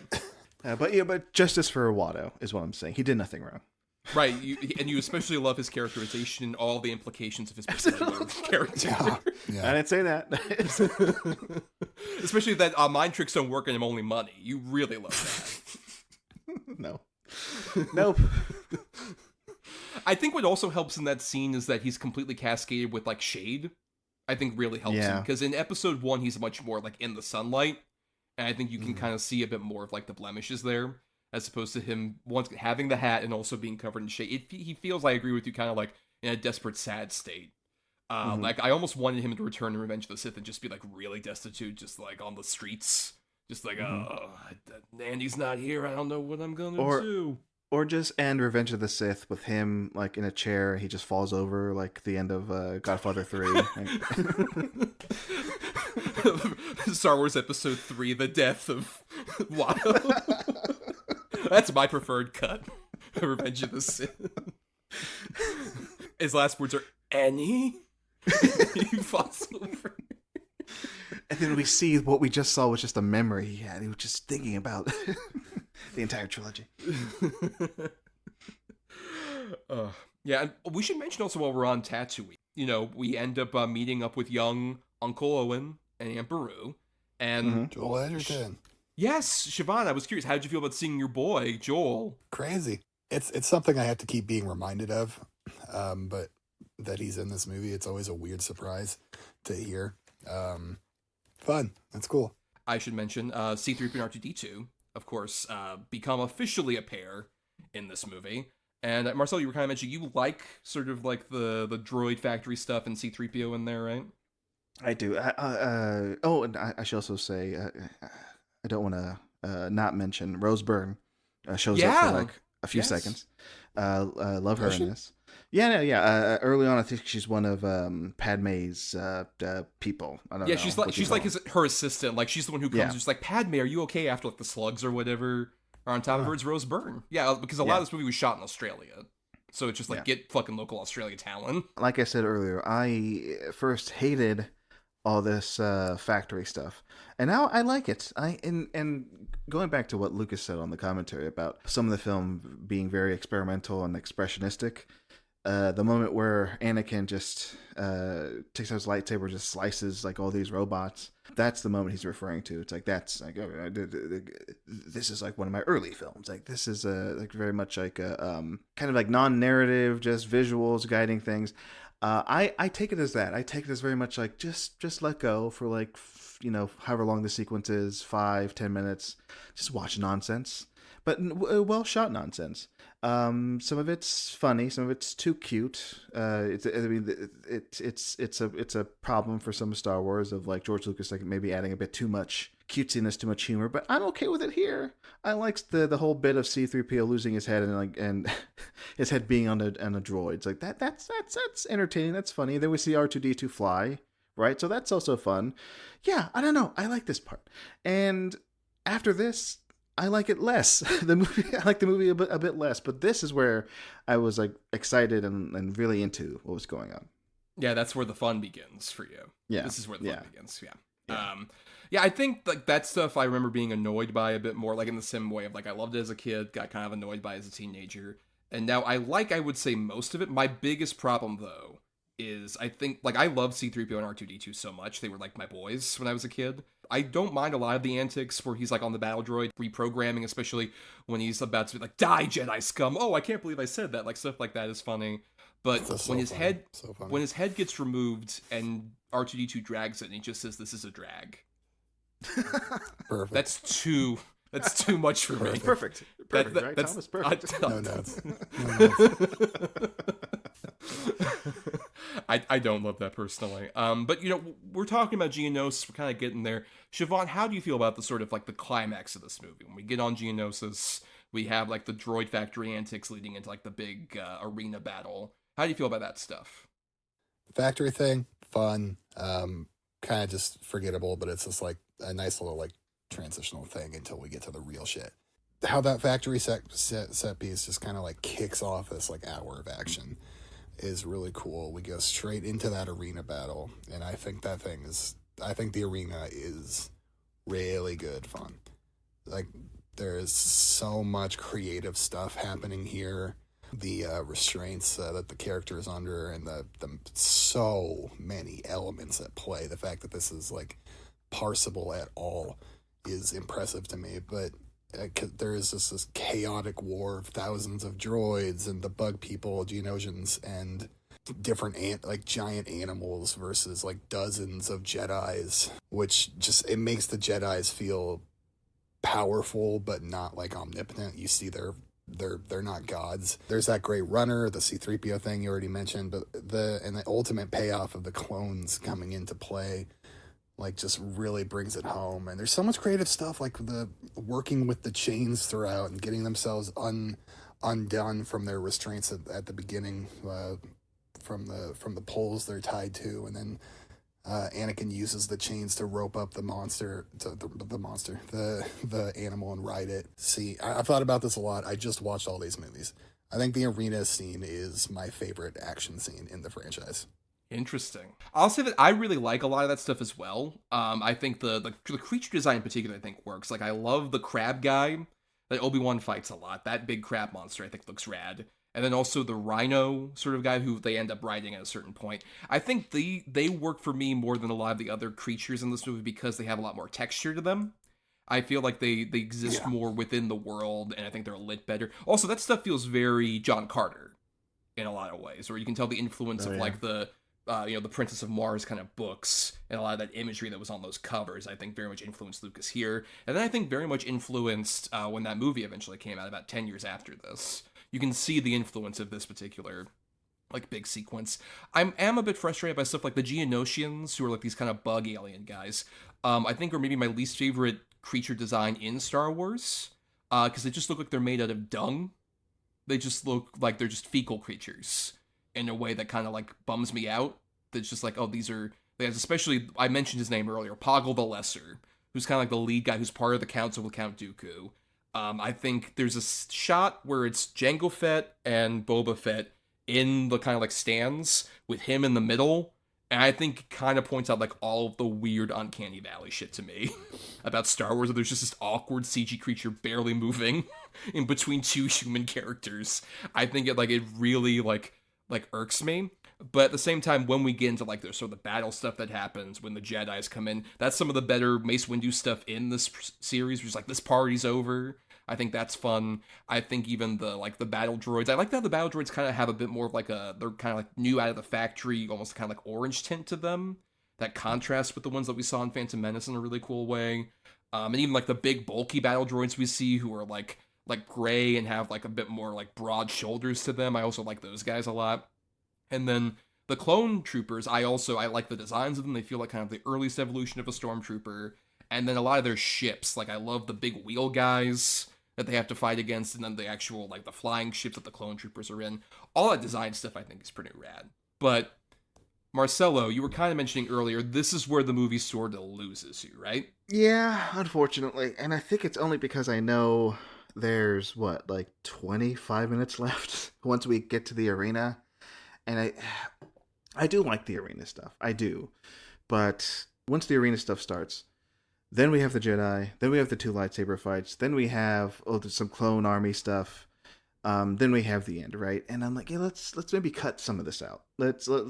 Because there's maybe just too much going on. And I think it's only because it's not as well edited, or maybe it's not as well paced as like the end of episode 1. I think the end of episode 1 with all those disparate storylines kind of happening in different places, but like edited so well together. I think the end of the final act of episode 1 is like, I think a lot better than what we see here, which is like action scene, then action scene, and then action. It's kind of just like too much like, all right, let's get this done. All right, let's get this done. All right, let's get this done.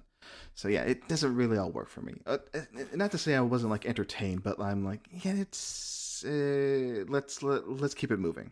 So that's how I feel about this final leg of Attack of the Clones. Yeah, I should also mention, I didn't really mention this in my backstory thing about Attack of the Clones in particular, but I should say we've mentioned Natalie Portman many times. I very much remember Natalie Portman was kind of the first person I recognized as having a crush on as a child. I think in this movie in particular, where the weird factor of like how she suddenly has midriff like during that scene. Like it's literally the one tiger thing attacks her on top and like scratches her, and instantaneously she's like perfectly cut off midriff, and that one sleeve is cleanly cut off. It's just within a shot that happens. It's so funny. But yeah, I just think, yeah, she was definitely somebody who even when I was 10 and I wasn't really aware I could have like feelings about a woman, I was just like, Natalie Portman, I like her a lot. I don't know why, but I really like her quite a bit. And I also think like she's probably the best during that droid factory scene of kind of dealing with like, the different things that she's not seeing and has to like kind of get around. I think she has like a lot more chops with that. And also, this is the most active she really is in the prequels, unfortunately. Because, like, she has a couple bits where she shoots people in Phantom Menace, and then in Revenge of the Sith, the weakest part of it to me is just that she is barefoot and pregnant, like that whole movie. Yeah. And it's just kind of a bummer. Yeah, I'm glad you brought that up because, like, watching a few years ago when I did marathon all these, I had the same feeling. I'm like, this movie... It uses her, I think, maybe the best, because in the last movie, I think she does some interesting things. Yeah, by the third one, by Revenge of the Sith, I think they don't use her well, and I think that's just because they're racing towards an end that's already pre-planned.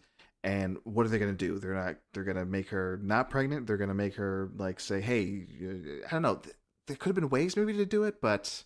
Yeah, it's unfortunate that she had to go down the path that she had to go down for the third one. But no, I like what she does in the first two, and I like her action beats in this one. And yeah, I had to rewind the midriff reveal, Thomas, because it is so like comes out of nowhere, and it's just like you see like a half frame of her being scratched, and then next frame, all of a sudden, no. It just bare midriff. So right, and you had to rewind it multiple times, right? At least twice, 3 times, 4 times. A few screenshots. Yeah. Frame by frame. Yeah, frame by frame. The stuff after this is where it loses me. The chase on the dropships and the shooting the droids out in the desert, all that shit. It looks like such pure CG army slop, like a few years before 300. Like it's just true bullshit that like did not play well for me after that arena fight. Was so creative and fun. And then again the Dooku fights, like we've already mentioned, but they have their moments, but like not.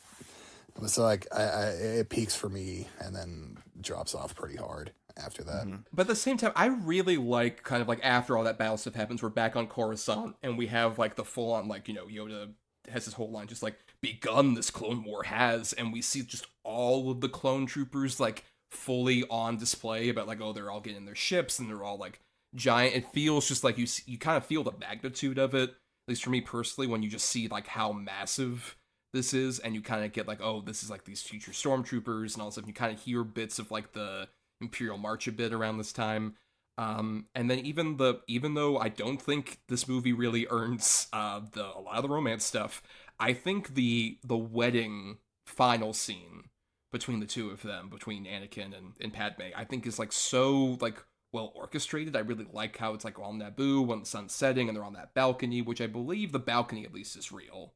A lot of the background stuff obviously isn't. John Williams obviously deserves so much love for like all these movies, but the Across the Stars theme is, I think, the most underrated theme in the prequel era in particular. I think that theme, which is the big romantic love theme, is doing such heavy lifting during a lot of those romance scenes. It is so beautifully composed. It's a beautiful love theme, like one of the best for especially like modern movies. And it's trying so hard to pull up this fucking massive boulder of this like relationship to me. Yeah, I mean I think that's why I like the ending of this, not because of what we see on screen, but I think mostly it's because of John Williams' score. And he sticks the landing, and that's unsurprising for John Williams. And I guess like to your point, Thomas, about Yoda's last lines, and we see the clone army. It's like I like that stuff, but if we just got there sooner, it's like I don't think we needed the clone battle like on that planet leading up to that final moment of like, oh, here's the clone army, and yeah, stay tuned, folks, for the next one. We have a Clone War coming. That will be the end of the Clone War at the start of the movie. Yeah, which also I'm okay with. You know, we have an entire series dealing with the Clone Wars. Okay, I don't know what you're talking about. I don't know what you're referring to. Anyway, but yeah, I was gonna say the same thing about John Williams' score. He does a lot of heavy lifting in the final minutes of this movie, and I'm all grateful. I'm truly grateful for that, because where would we be without that John Williams score in any of these movies? I don't think we'd be talking about Star Wars today if it wasn't for that score. We've obviously gotten through the movie here pretty much like beat for beat. I'm curious, before we get into final thoughts, is there any other thing we didn't mention that anybody wanted to shout out? Any detail, any small thing we didn't really discuss that much? Siobhan, is there anything else that you want to shout out about Attack of the Clones before we get into like final thoughts and stuff? The factory set piece thing. Anakin gets his right hand trapped in that like bolted into that like chip thing on the conveyor belt. Are we supposed to be thinking like, oh, this is where he loses hand, or is this like foreshadowing? It's foreshadowing, I guess, for what happens 10 minutes later, where he gets his hand chopped off. I mean, yeah, he gets his hand chopped I know. off there, yeah. Yeah. But I don't know. I never saw it as foreshadowing. I just saw it as like a funny bit. But now that you say, yeah, maybe it is. Yeah, and I'll say I think the actual like the hand cutting off thing is probably the best sort of bit of like poetry it rhymes to me in terms of that actually happening to Anakin. I think in execution it's very like sudden when Christopher Lee does that. It sort of just like, oh shit, okay, I guess that happened very quickly. Oh. Interesting for me to listen to the commentary, and I recommend anybody who is interested in these movies, if they want to know more, to listen to these commentaries on these DVDs/Blu-rays. I love it. I love and am frustrated with George Lucas. I am. One bit that I was reminded of is that even through the process of going from the theatrical release to the DVDs to the Blu-rays, we know he changes things. Yes. And even on going from the theatrical release to the DVD, he points to many things. Well, many is strong. A few things changing from the theatrical release to the DVD release, which is kind of insane for me to think of. It's like nowadays, I don't think that really happens anymore, where a director just goes, you know what, that theatrical cut, good, but it could be better. For the Blu-ray or for the digital release, let's make some changes. There was one moment in... Well, okay, the final moment, the final shot where you see Padme and Anakin. Padme reaches for Anakin's robot hand. That apparently was different in the theatrical release. In the theatrical release, she reaches for his human hand. And George Lucas, after seeing the theatrical release, goes, you know what, let's make it as a robot hand. Why not? So there you go, that's a change. And also, I forget what exactly else changed, but he was watching the movie and commentating, talking about it. And he goes, oh, and there's like one change I wanted to make. Oh, wait, no, hold on. It's already changed. What happened? I sent you those changes yesterday, and you got it changed already? Wow, you guys are incredible. So even as he's watching the movie, he's seeing it change. It is insane to me.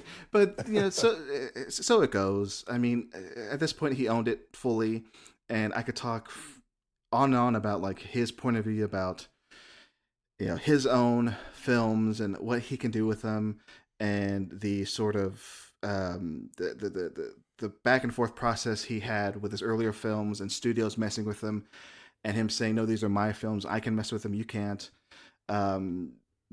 He has a history of that, and it's just funny, like through him owning it all the way through 2012, he was constantly changing these things. So yeah, I would hope maybe in the future that we see maybe the original Attack of the Clones theatrical version. Maybe that will never happen, but that's just of interest to me. But yeah, those are my final thoughts on Attack of the Clones. I remember specifically, like, I had specifically the original trilogy, like, DVDs, and there's a bit on, I believe it's the Return of the Jedi commentary, that kind of sums up George Lucas to me in many ways, where he's talking about, like, you know, people complain about that, like, oh, these, like, CG creatures don't feel as real, but I don't know, I feel like these practical creatures, like, are they more inherently real than a CG creature? I don't think so. And I'm like, George, they're inherently tangible, unlike a CG creature. That's just like by the definition, the practical creature is inherently more like real because it actually exists in our reality. Well, I think I know what he's saying is that, like, well, it's on our television screen. Why is it any different? And I'm with you, Thomas. Like I agree that I think the practical effect is more real, but like I mean both things are just on our screen, so like both of them are fake, really. Right. Yeah. I mean, that's definitely a perspective I think he has about them for sure. Yeah. Yes, that's what I think he's saying exactly. Yeah. But yeah, that's George. I love you. Come back. Do another Star Wars. Do another Star Wars. Well, especially if he wants to do the Wills, which you all are familiar with, right? What his original plans were for the sequel trilogy. No. He wanted to originally emphasize that the Force is like what the midichlorians and everything is specifically because of creatures that existed in the bloodstream of Jedi called Wills. Yes. And he wanted to like go inside of the bloodstream of like Jedi, like as part of like the story, where it'd just be like you have a whole society of like creatures that live in the bloodstream of like whatever the next generation of Jedi are. Do it. Dave Filoni, you'd be a fool not to bring back George Lucas for one more. Come on. Yeah. I mean, in terms of just like some other little bits I want to shout out, I mean, we haven't mentioned him yet, but shout out to Jimmy Smits playing Bail Organa. He doesn't get a lot to do in these movies, but I think he's just a fun presence to have around. Especially there's a bit where he's in like the Palpatine conference room, and he just seriously has to talk to like one of those like three-eyed guys who are like saying whatever made-up language, and he has the tenacity. Like he feels like an actual public figure who has to like just talk to these fucking weird monster men. I just think he really like nails that. There's that. There's stuff like we should mention the Death Star cameo. Where Count Dooku has the plans secured and he's taking him over to Coruscant. Just like really giving you what the taste, the morsel of the Death Star, because we need more Death Star stuff in Star Wars. There's not enough of it. Not enough. No, enough Death Stars. Not nearly enough. No, yeah. Oh, I want to shout out. I think the funniest sort of bit of awkward acting for me with the background stuff is when Mace Windu gets off like the battleship thing, like the clone trooper like hangar thing, and it lands. And he awkwardly like slumps off and he looks tired. And then he gets back into badass mode. I just think that's very funny. It's so clearly just like, that was clearly shot at the end of the fucking day. And he's just like, fine, whatever. Yeah. But yeah, let's go ahead and I guess wrap up. You kind of said earlier, Marcel, you had like your final thoughts. Any like overall summary, your thoughts on Attack of the Clones? I guess, how do you feel about it in terms of especially like the Star Wars movies? We have it as our E for egregious. Would you say it's one of the worser Star Wars movies to you? No. Definitely not. Oh, well, okay. I mean, if you were to rank them, sure, bottom tier, but there's definitely one that's worse than this. I would be upset if you made me watch The Rise of Skywalker. I'll say that's the worst one. That, for me, is the egregious one of this series. But this is not bad. And I think, and I think time has done, has been kind to these prequels, as we've all seen, as society has experienced. We can go back to these and say, you know what? Not bad. You know what, George Lucas? You had some good things going on here, and also some bad things, but overall, I think enjoyable. Some of it still is a little laughable, but I think in the framework of, yes, this is a complete trilogy, I think this is a good enough second chapter. So yeah, not egregious at all. I think entertaining. That's my feeling on this, and not the worst one. Would you say it's the worst of the prequels, even? Yeah. I think for now I'd say it's the third on my list of prequels. I don't know. It's kind of tough. Maybe Phantom would be below this on any given day, but I would definitely put Revenge of the Sith 1. And I guess for now, I'd say Attack of the Clones 2 and then Phantom 3. You know what? I'll say that. That's my ranking for today, for 8:30 p.m. Central Time, April 27th. So, really time stamping it, yeah. Tomorrow I might feel different, but that's how I feel now. Well, Siobhan, what about your final thoughts? How you feel Attack of the Clones kind of ranks for you overall in the Star Wars saga, and just like overall with this movie? I was surprised how much I enjoyed it, especially coming off Phantom, which I was having a miserable time watching. I end up having it on my little list here. I watched the 11 live action movies, and I ended up having it dead center at 6. 5 above it, 5 below. But I think of it more positively than I think about Return of the Jedi, which is like directly below it. And by the way, bottom for me is Solo, because like, look, Rise of the Skywalker is bad, but Solo is this, like the least inspired bullshit. There's nothing interesting about it. That's why it's the end for me. But yeah, and my favorite's Star Wars: New Hope. Wow, I mean, what a bold, odd take. Yeah, your radical Star Wars thoughts you were mentioning earlier. Yeah. My favorite is the first movie. Crazy, right? Right. Yeah, I think for me, I remember, like I said, when I last watched these movies, I would have put this dead last. I would have said it was my least favorite. My thoughts haven't improved, like, dramatically, but I would say I do agree. I'm not a fan of Rise of Skywalker. I wouldn't even say this is my least favorite one that George has his name on, in terms of theatrically released Star Wars movies. We'll put a pin in that for a little bit. The trouble with Attack of the Clones, really, for me, is that it has a lot of, like, interesting, like, bits and pieces that I like on paper. There's some cool sort of, like, set pieces here and there, but I just think the things it gets wrong are, like, critical hits for the prequel movies. I think even more so than Phantom Menace, which also I talked about it a couple weeks ago. Not a huge fan of that movie, but at the same time, I respect a lot of, like, the set piece stuff in that movie, the Darth Maul stuff. There's a lot of things I really enjoy about the movie, even if I do agree with Siobhan, it's got plenty of boring spots in it. Not disagreeing at all with that. But I just think, like, particularly the love story, I think, is, like, supposed to be the emotional sort of fulcrum of these movies, where it's just like, oh, Darth Vader finds this love, and there's this evil kind of, like, building up in him, and then by Revenge of the Sith, that's supposed to really, like, hurt you. I think Revenge of the Sith is my favorite prequel, but in spite of the fact that I think it just executes the end of this prequel trilogy, I think, as well as you could with all the asterisks involved, kind of thing. I think it does a lot of, it's about as good as I think you can do, considering all the foibles of the previous two movies. So I would personally say Attack of the Clones is, like, my third favorite of the prequels, but I think there's still a lot of, like, interesting elements to it. I think I respect it a lot for its innovations in digital photography, even if I think you can see a lot of, especially when you watch it as I currently am in the background here in 4K, I think you see a lot of, like, the troubles, I think, personally with it, and how some of the stuff is not aged as well with digital photography and the effects work. But yeah, I think just there's still at least a lot I can respect about Attack of the Clones, even if I would still put it in the egregious category. But not the most egregious.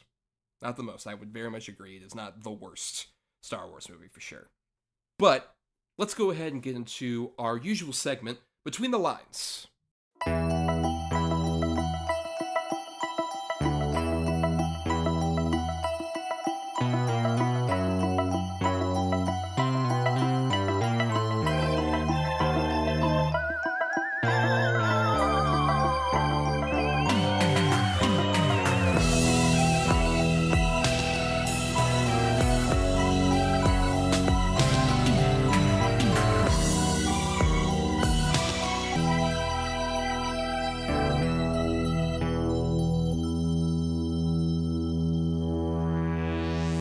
As a wrap-up for every episode of the show, myself and my guests recommend another film that kind of fits the letter criteria of either egregious or is tangentially related to the film that we're covering here. But I should note that for this season, I've opened it up to include other Star Wars media. So you can recommend a TV show, a special, some dumb bullshit ephemera that's related to Star Wars. If it's adjacent to Star Wars, you can recommend it no matter what the medium it is. And I usually start these, but I have a lot to say about my particular recommendation, so I'm going last. But Marcelo, you're going first here. What is your recommendation for Between the Lines? Yeah, so I kind of knew I wanted to talk about a documentary, Empire of Dreams, the story of the Star Wars trilogy, which was a big deal when the DVD box set came out for the Star Wars trilogy back in the early 2000s.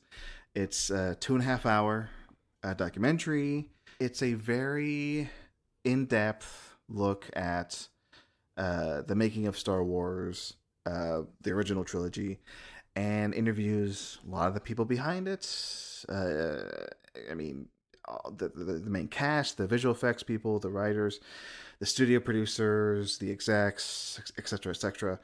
And yeah, I think it does a good job of nailing down why Star Wars is important, how they made the films, and its cultural significance. So yeah, I'm a fan of this. I know there's a truncated version that was out there for a bit, but if you want to see this movie, make sure to watch the 2.5 hour version that I think is on Disney Plus now. But I managed to find it on YouTube.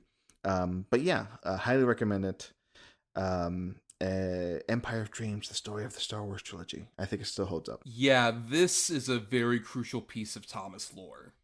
Because I really loved, like when I was a kid, DVD bonus features were like such a massive thing for me. I think it's the main reason I know so much useless bullshit about movies is because of like a lot of this kind of like special feature stuff. And that Star Wars box set I watched incessantly, particularly Empire of Dreams, was like background during homework stuff for me so much. I watched that movie so many times. And I revisited it around the time I was prepping for the A New Hope episode we did at the start of the season. And I still do quite like it. I think it is a really solid sort of like overall summary of this whole like Star Wars kind of journey, especially from like the the original trilogy era. I think gives you like all the big beats that are important and has like a lot of great interviews with various different people involved, not just George and the cast. There's other interesting elements that have aged curiously for me, like how that there's a point in that where they talk about, around the time of like Empire, I believe, George Lucas leaves the Directors Guild. Oh yeah. And there's a lot of like weirdly anti-guild sentiment that's just like put out there of just like, oh, like we wouldn't be able to, do all the great stuff with Star Wars if we had like the shackles of the guild involved. I wouldn't be able to do any of this stuff. And I'm like, all right, George, okay. Yeah. Which is the main reason that, he couldn't get his buddy Steven to direct Return of the Jedi like he wanted. Yeah, and also the stuff I mentioned this earlier in the episode. This is a documentary I was watching where they were talking about how kind of lame or just like not visually good some of the first film looked like. The Cantina stuff in particular.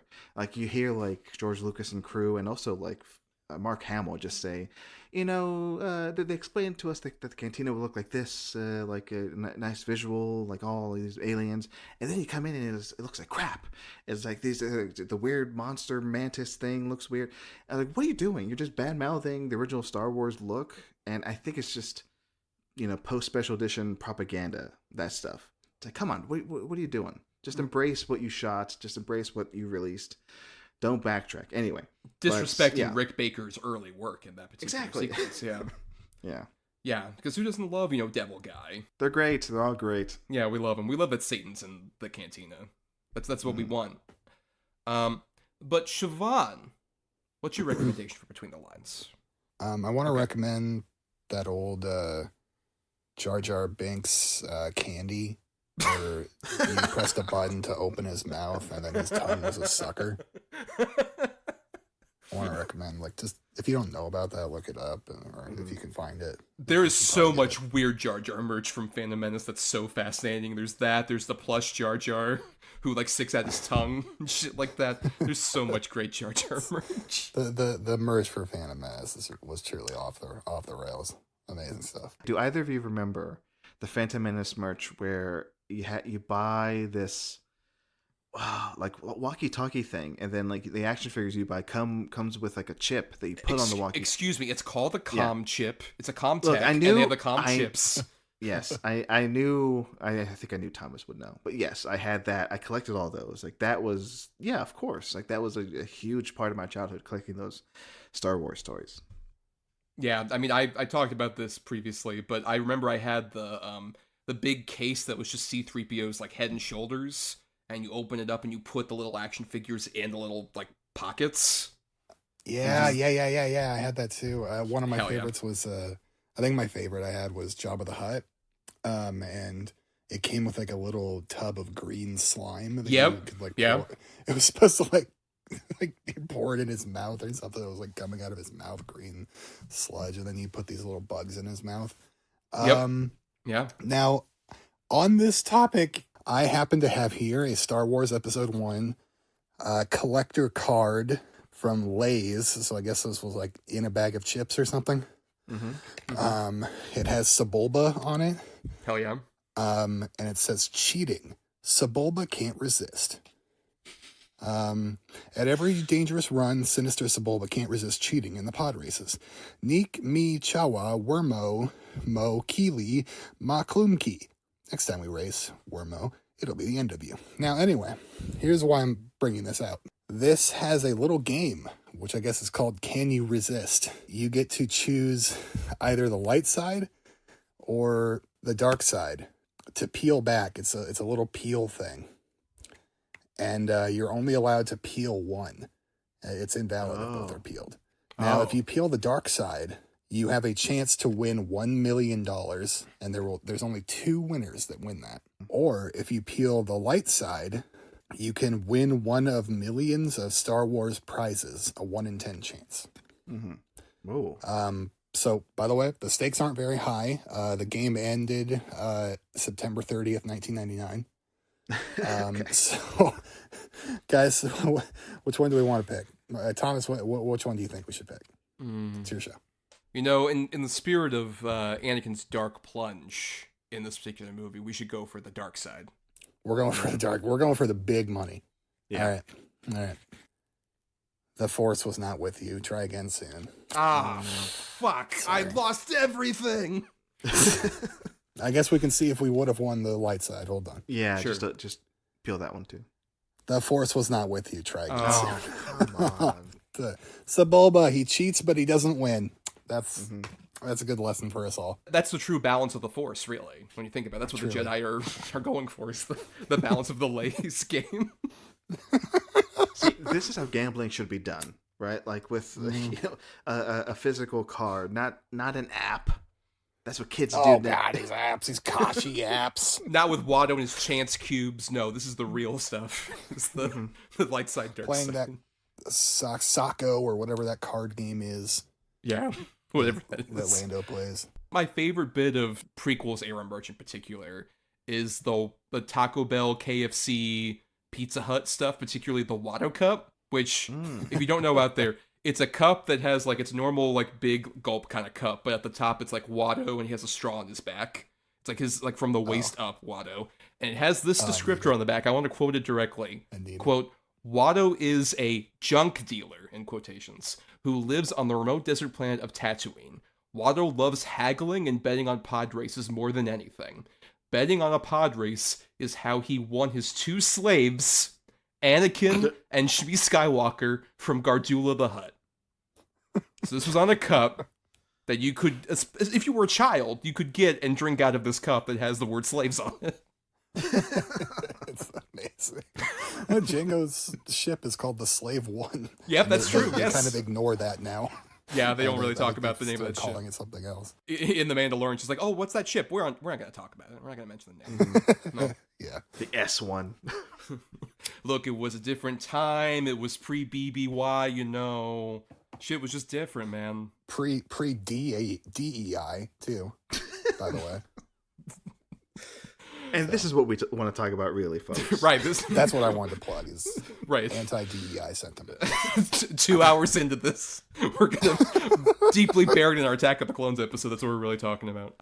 But all right, it's time that I brought up what I'm going to recommend here, which is a bit more expansive than various bits of merch or the Empire of Dreams documentary. My big project, as I was preparing all this and, you know, recording these various episodes of the course of the last, 4 months as of when we're recording, as Marcelo mentioned, on April 27th, 2026, I watched all 7 seasons of Star Wars The Clone Wars, which was the series that ran from 2008 to 2020, with a bit of a gap in particular in between season 6 and 7. Yeah, this is a series that takes place in between, the events of Episode 2 and Episode 3, depicting the entire Clone Wars saga.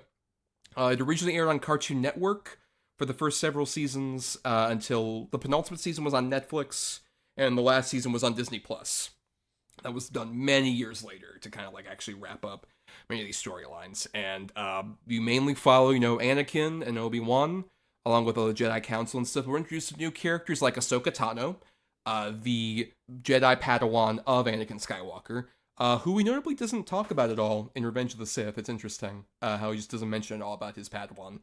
To any degree, and her safety, because he's too consumed by the dark side. I was a bit worried about going into this because I really liked the Genndy Tartakovsky animated 2D series, which was in 2003 and was a bit more truncated. I really loved that, and the CG I was kind of worried about. I also had heard very bad things about, I should mention, I think the worst Star Wars movie that George has any connection to specifically, which is the Star Wars The Clone Wars movie that they put out in theaters, I think is ghastly.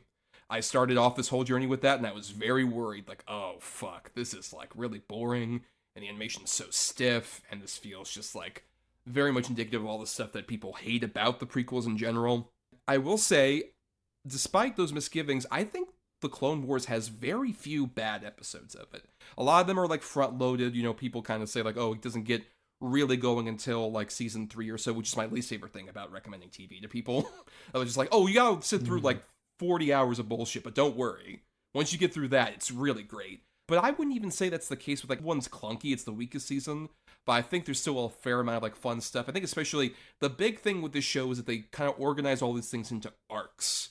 So they'll have 3 to 4 episode arcs that tell, like, one individual story within the Clone Wars.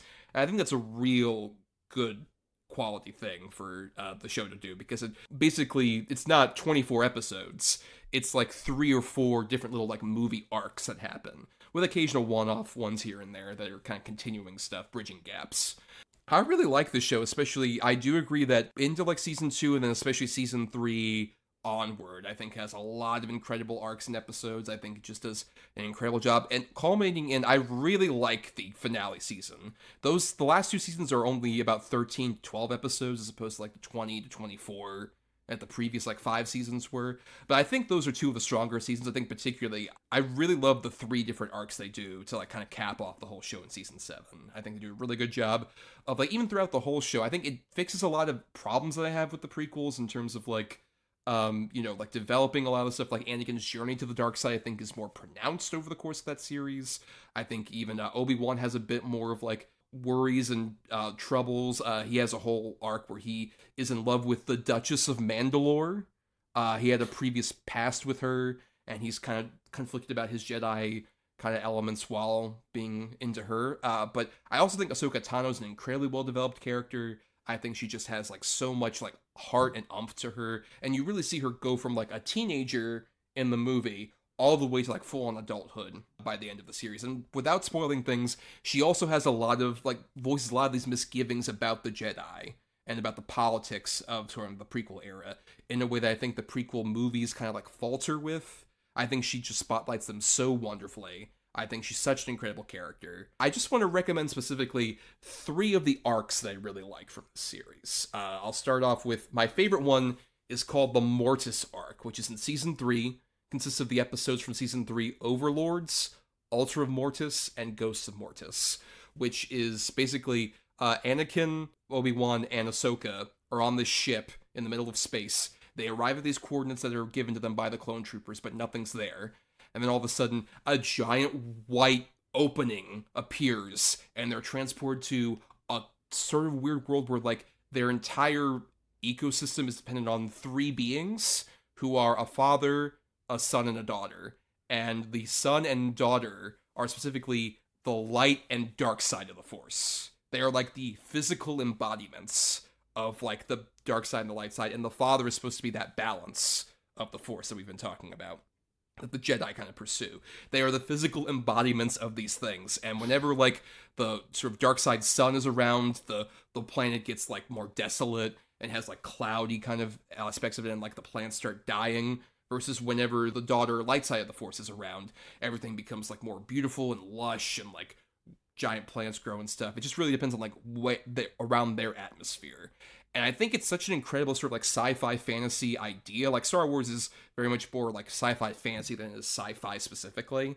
And I think that whole arc does a beautiful job of, like, elaborating on that. And, like, it's a great exploration of, like, the different characters. Because another big thing is that the dark side son has a lot of, like, tricks that they play on the different characters. Like, Obi-Wan starts seeing Qui-Gon Jinn as a ghostly sort of Force ghost thing. Actually played by Liam Neeson. They got him back to voice fucking Qui-Gon Jinn for a bit. And also Pernell August, who plays Shmi, appears to Anakin. And there's a lot of, like, I think great stuff in that arc that I would personally say, like, that arc, if you're interested at all in Clone Wars, is the one to watch. Because that one, I think, will give you an idea of, like, the kind of ambition of the show. And also, the only thing you have to know that isn't in the movies is Ahsoka Tano is, like, Anakin's Padawan. That's all you really need to know. You can really watch it on its own in a really cool way. That's really good. I also love in season 4, there's an arc called Obi-Wan Undercover, which is the season 4 episodes Deception, Friends and Enemies, The Box, and Crisis on Naboo. And that arc is basically Obi-Wan fakes his death in order to change his appearance so he looks like this bounty hunter who they've recently captured. And he goes undercover, gets arrested, goes into prison, and joins a bounty hunter group that includes Bosk, who you've seen in Empire Strikes Back, like the kind of like lizard man. But also, one of my favorite side characters introduced in Clone Wars, Cad Bane, who is this blue dude that looks like Lee Van Cleef in the Man with No Name trilogy, and has like a Peter Lorre voice. He's so rad. I fucking love him. He's a ruthless piece of shit bounty hunter. He's so cool. And seeing Obi-Wan kind of working around, like trying to like, oh, I have my Jedi ways, but I have to kind of keep undercover. It's so cool. It's so awesome. It culminates in this big thing where they have to go through like this training kind of thing system that's built by one of the other bounty hunters that's supervised by Count Dooku. And Dooku, by the way, is like much more improved and much more villainous and interesting in the Clone Wars overall. And then finally, the third arc I want to mention is from Season 5, Ahsoka on the Run, which includes the episodes, I should know, you might see a pattern with these titles. These Season 5 episodes, Sabotage, The Jedi Who Knew Too Much, To Catch a Jedi, and The Wrong Jedi. So, very clearly influenced by a certain Alfred Hitchcock group of films there with the titles. But it's basically about Ahsoka is framed for the murder of a person who they have in custody who's guilty of causing a giant explosion on this Jedi temple. And it's her on the run. It's an incredible arc that does such a great job of like utilizing Ahsoka's skills, and also includes a great character, a villainous character, Ventress, who you might have known if you've seen the Gendy Tartakovsky shows. She's kind of like a bald, gray Sith Lord who's incredible in the show, but they utilize her pretty well in it as well. And I think it culminates in like some of the best sort of like dramatic stakes of the entire Clone Wars saga. So I would say overall, though, definitely give the show a chance. Watch it, especially it's become kind of the backbone of modern Star Wars. That's kind of the main reason I watched it, was because Dave Filoni has become like the lead of Lucasfilm now. And so I think they're going to pull a lot from this stuff, which I have mixed feelings on, because I love how it's explored in the show, and even Rebels, which I weirdly watched first, like before I ever watched Clone Wars, but still feels like, oh, we're kind of expanding Star Wars a bit, but also kind of keeping it to the same like 60 or so characters. I don't know if I'm a huge fan of that necessarily, but still overall, Clone Wars, great show. Love it. I'm curious, Marcel and Siobhan, are you at all compelled to watch Clone Wars now after my long diatribe about it? Look, I tried with Clone Wars, the series. I did years ago. I just could not get into it. And I'm going to be honest, it's hard for me to watch anything.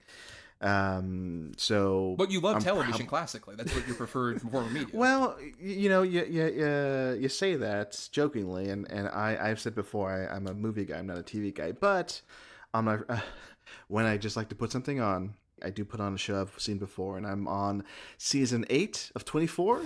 It's a whole series rewatch, so that's what I'm playing in the background. And other than that, me and my girlfriend are watching rewatches of Mad Men and Community. So I don't know if Clone Wars is going to fit into my regimen of mild TV watching. So unfortunately, Thomas, you lost me. I'm sure Elise would love to watch an animated Star Wars show. What are you talking about? She's upset that I'm doing this now. She wants this to end. But no, but that's my answer. A recurring factor every time you record with me. Elise gets pissed off. I don't blame her. But Siobhan, are you at all interested after I went on my diatribe? No. Okay. Okay, see that. Yeah, that's a perfect answer. Fair enough. Yeah. One other thing I did want to point out, I also love the way that they make the clones actually like more developed characters. They actually make all the clones feel very individualized in interesting ways. I just wanted to shout that out. I'm going to ask, did they take off their helmets and they all look like that actor, Tamara Morrison? They do, and they all have the same voice, and it's the same guy doing all of them. Wow. And they all manage to feel very individual to me. I really love what they do with the clones throughout the whole series. Yeah. D. Bradley Baker, one of the best voice actors out there. No, for real, I would watch the show. It's just it's a lot. It's a hard commitment for me. Yeah, it's true. It's a lot. I want to watch Andor first. Yeah. And I will say that's interesting that Andor Season 2 has a very similar structure to Clone Wars with like the 3-episode arcs thing. Really? Just interesting kind of parallel there. Yeah. But, Let's go ahead and we usually like to repeat the titles of all the things we recommend here. I'm curious how Siobhan will do that. But yeah, we'll go in the order, like in case people want to like find out about this stuff. Go ahead and repeat the titles here, Marcelo. Empire of Dreams, the story of the Star Wars trilogy, 2.5-hour documentary. Go find it on your old Star Wars DVD trilogy box set or Disney Plus. Siobhan. Jar Jar Binks tongue candy and other assorted episode 1 merch. And I recommended the Star Wars: The Clone Wars series from 2008 to 2020, particularly, like I said, the Mortis arc from season 3, the Obi-Wan undercover arc from season 4, and the Ahsoka on the Run arc from season 5. That's what I recommend. But on that note, we should kind of wrap up here, so we'll go ahead and get out of here before Marcelo's better half gets more upset. I want to thank Burial Grid for our music for the show, including the new music for this particular season. Purchase his music at burialgrid.com.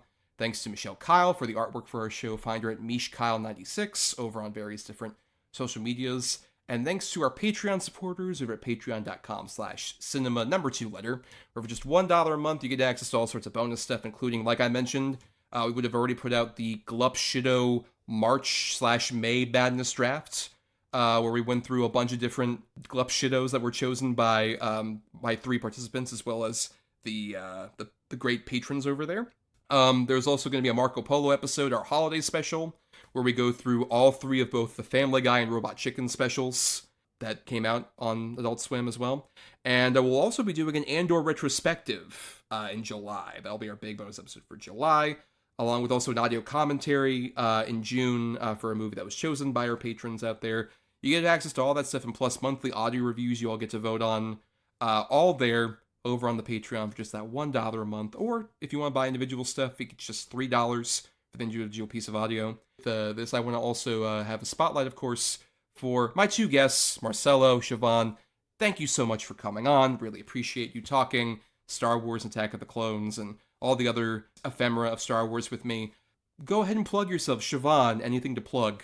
Thanks for having me on, Thomas. I love you. I love talking to you. My main plug, I'm going to say, have a nice apocalypse. Our Southland Tales podcast, hosted by me and Marcelo, will be coming back I'm going to commit at least 3 episodes this year. Wow. At least 3. One of which would have to be happening pretty soon. So, this could all be a lie. But look, have a nice apocalypse. We talk about the film Southland Tales in depth. We've got a lot of big anniversaries this year we want to cover. The 20th anniversary of the movie premiering at Cannes, the 5th anniversary of our show, the 250th anniversary of this beautiful country, the US of A, that we live in. And we would like to celebrate those on our show. Richard Kelly, if you're listening, please come on. I would really love if Richard Kelly listened to this particular episode of this show, of all things. That would be very... Hello, Richard. Make another movie. I'm very curious for you to make another movie, please. Or make another movie. I'd prefer that. But, yes. Yeah.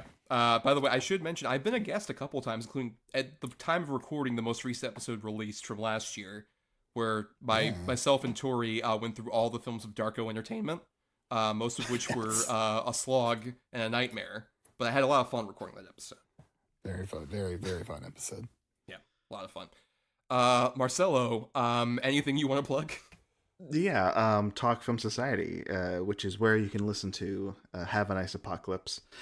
And there you can also find our other podcasts, including we host Cinema to the Letter, and we also have Stage to Screen, which is coming back this year. Elise Poston and I, the host of that show, have been recording episodes all year. We're banking them. We can release them later on this year, but check out the back catalog.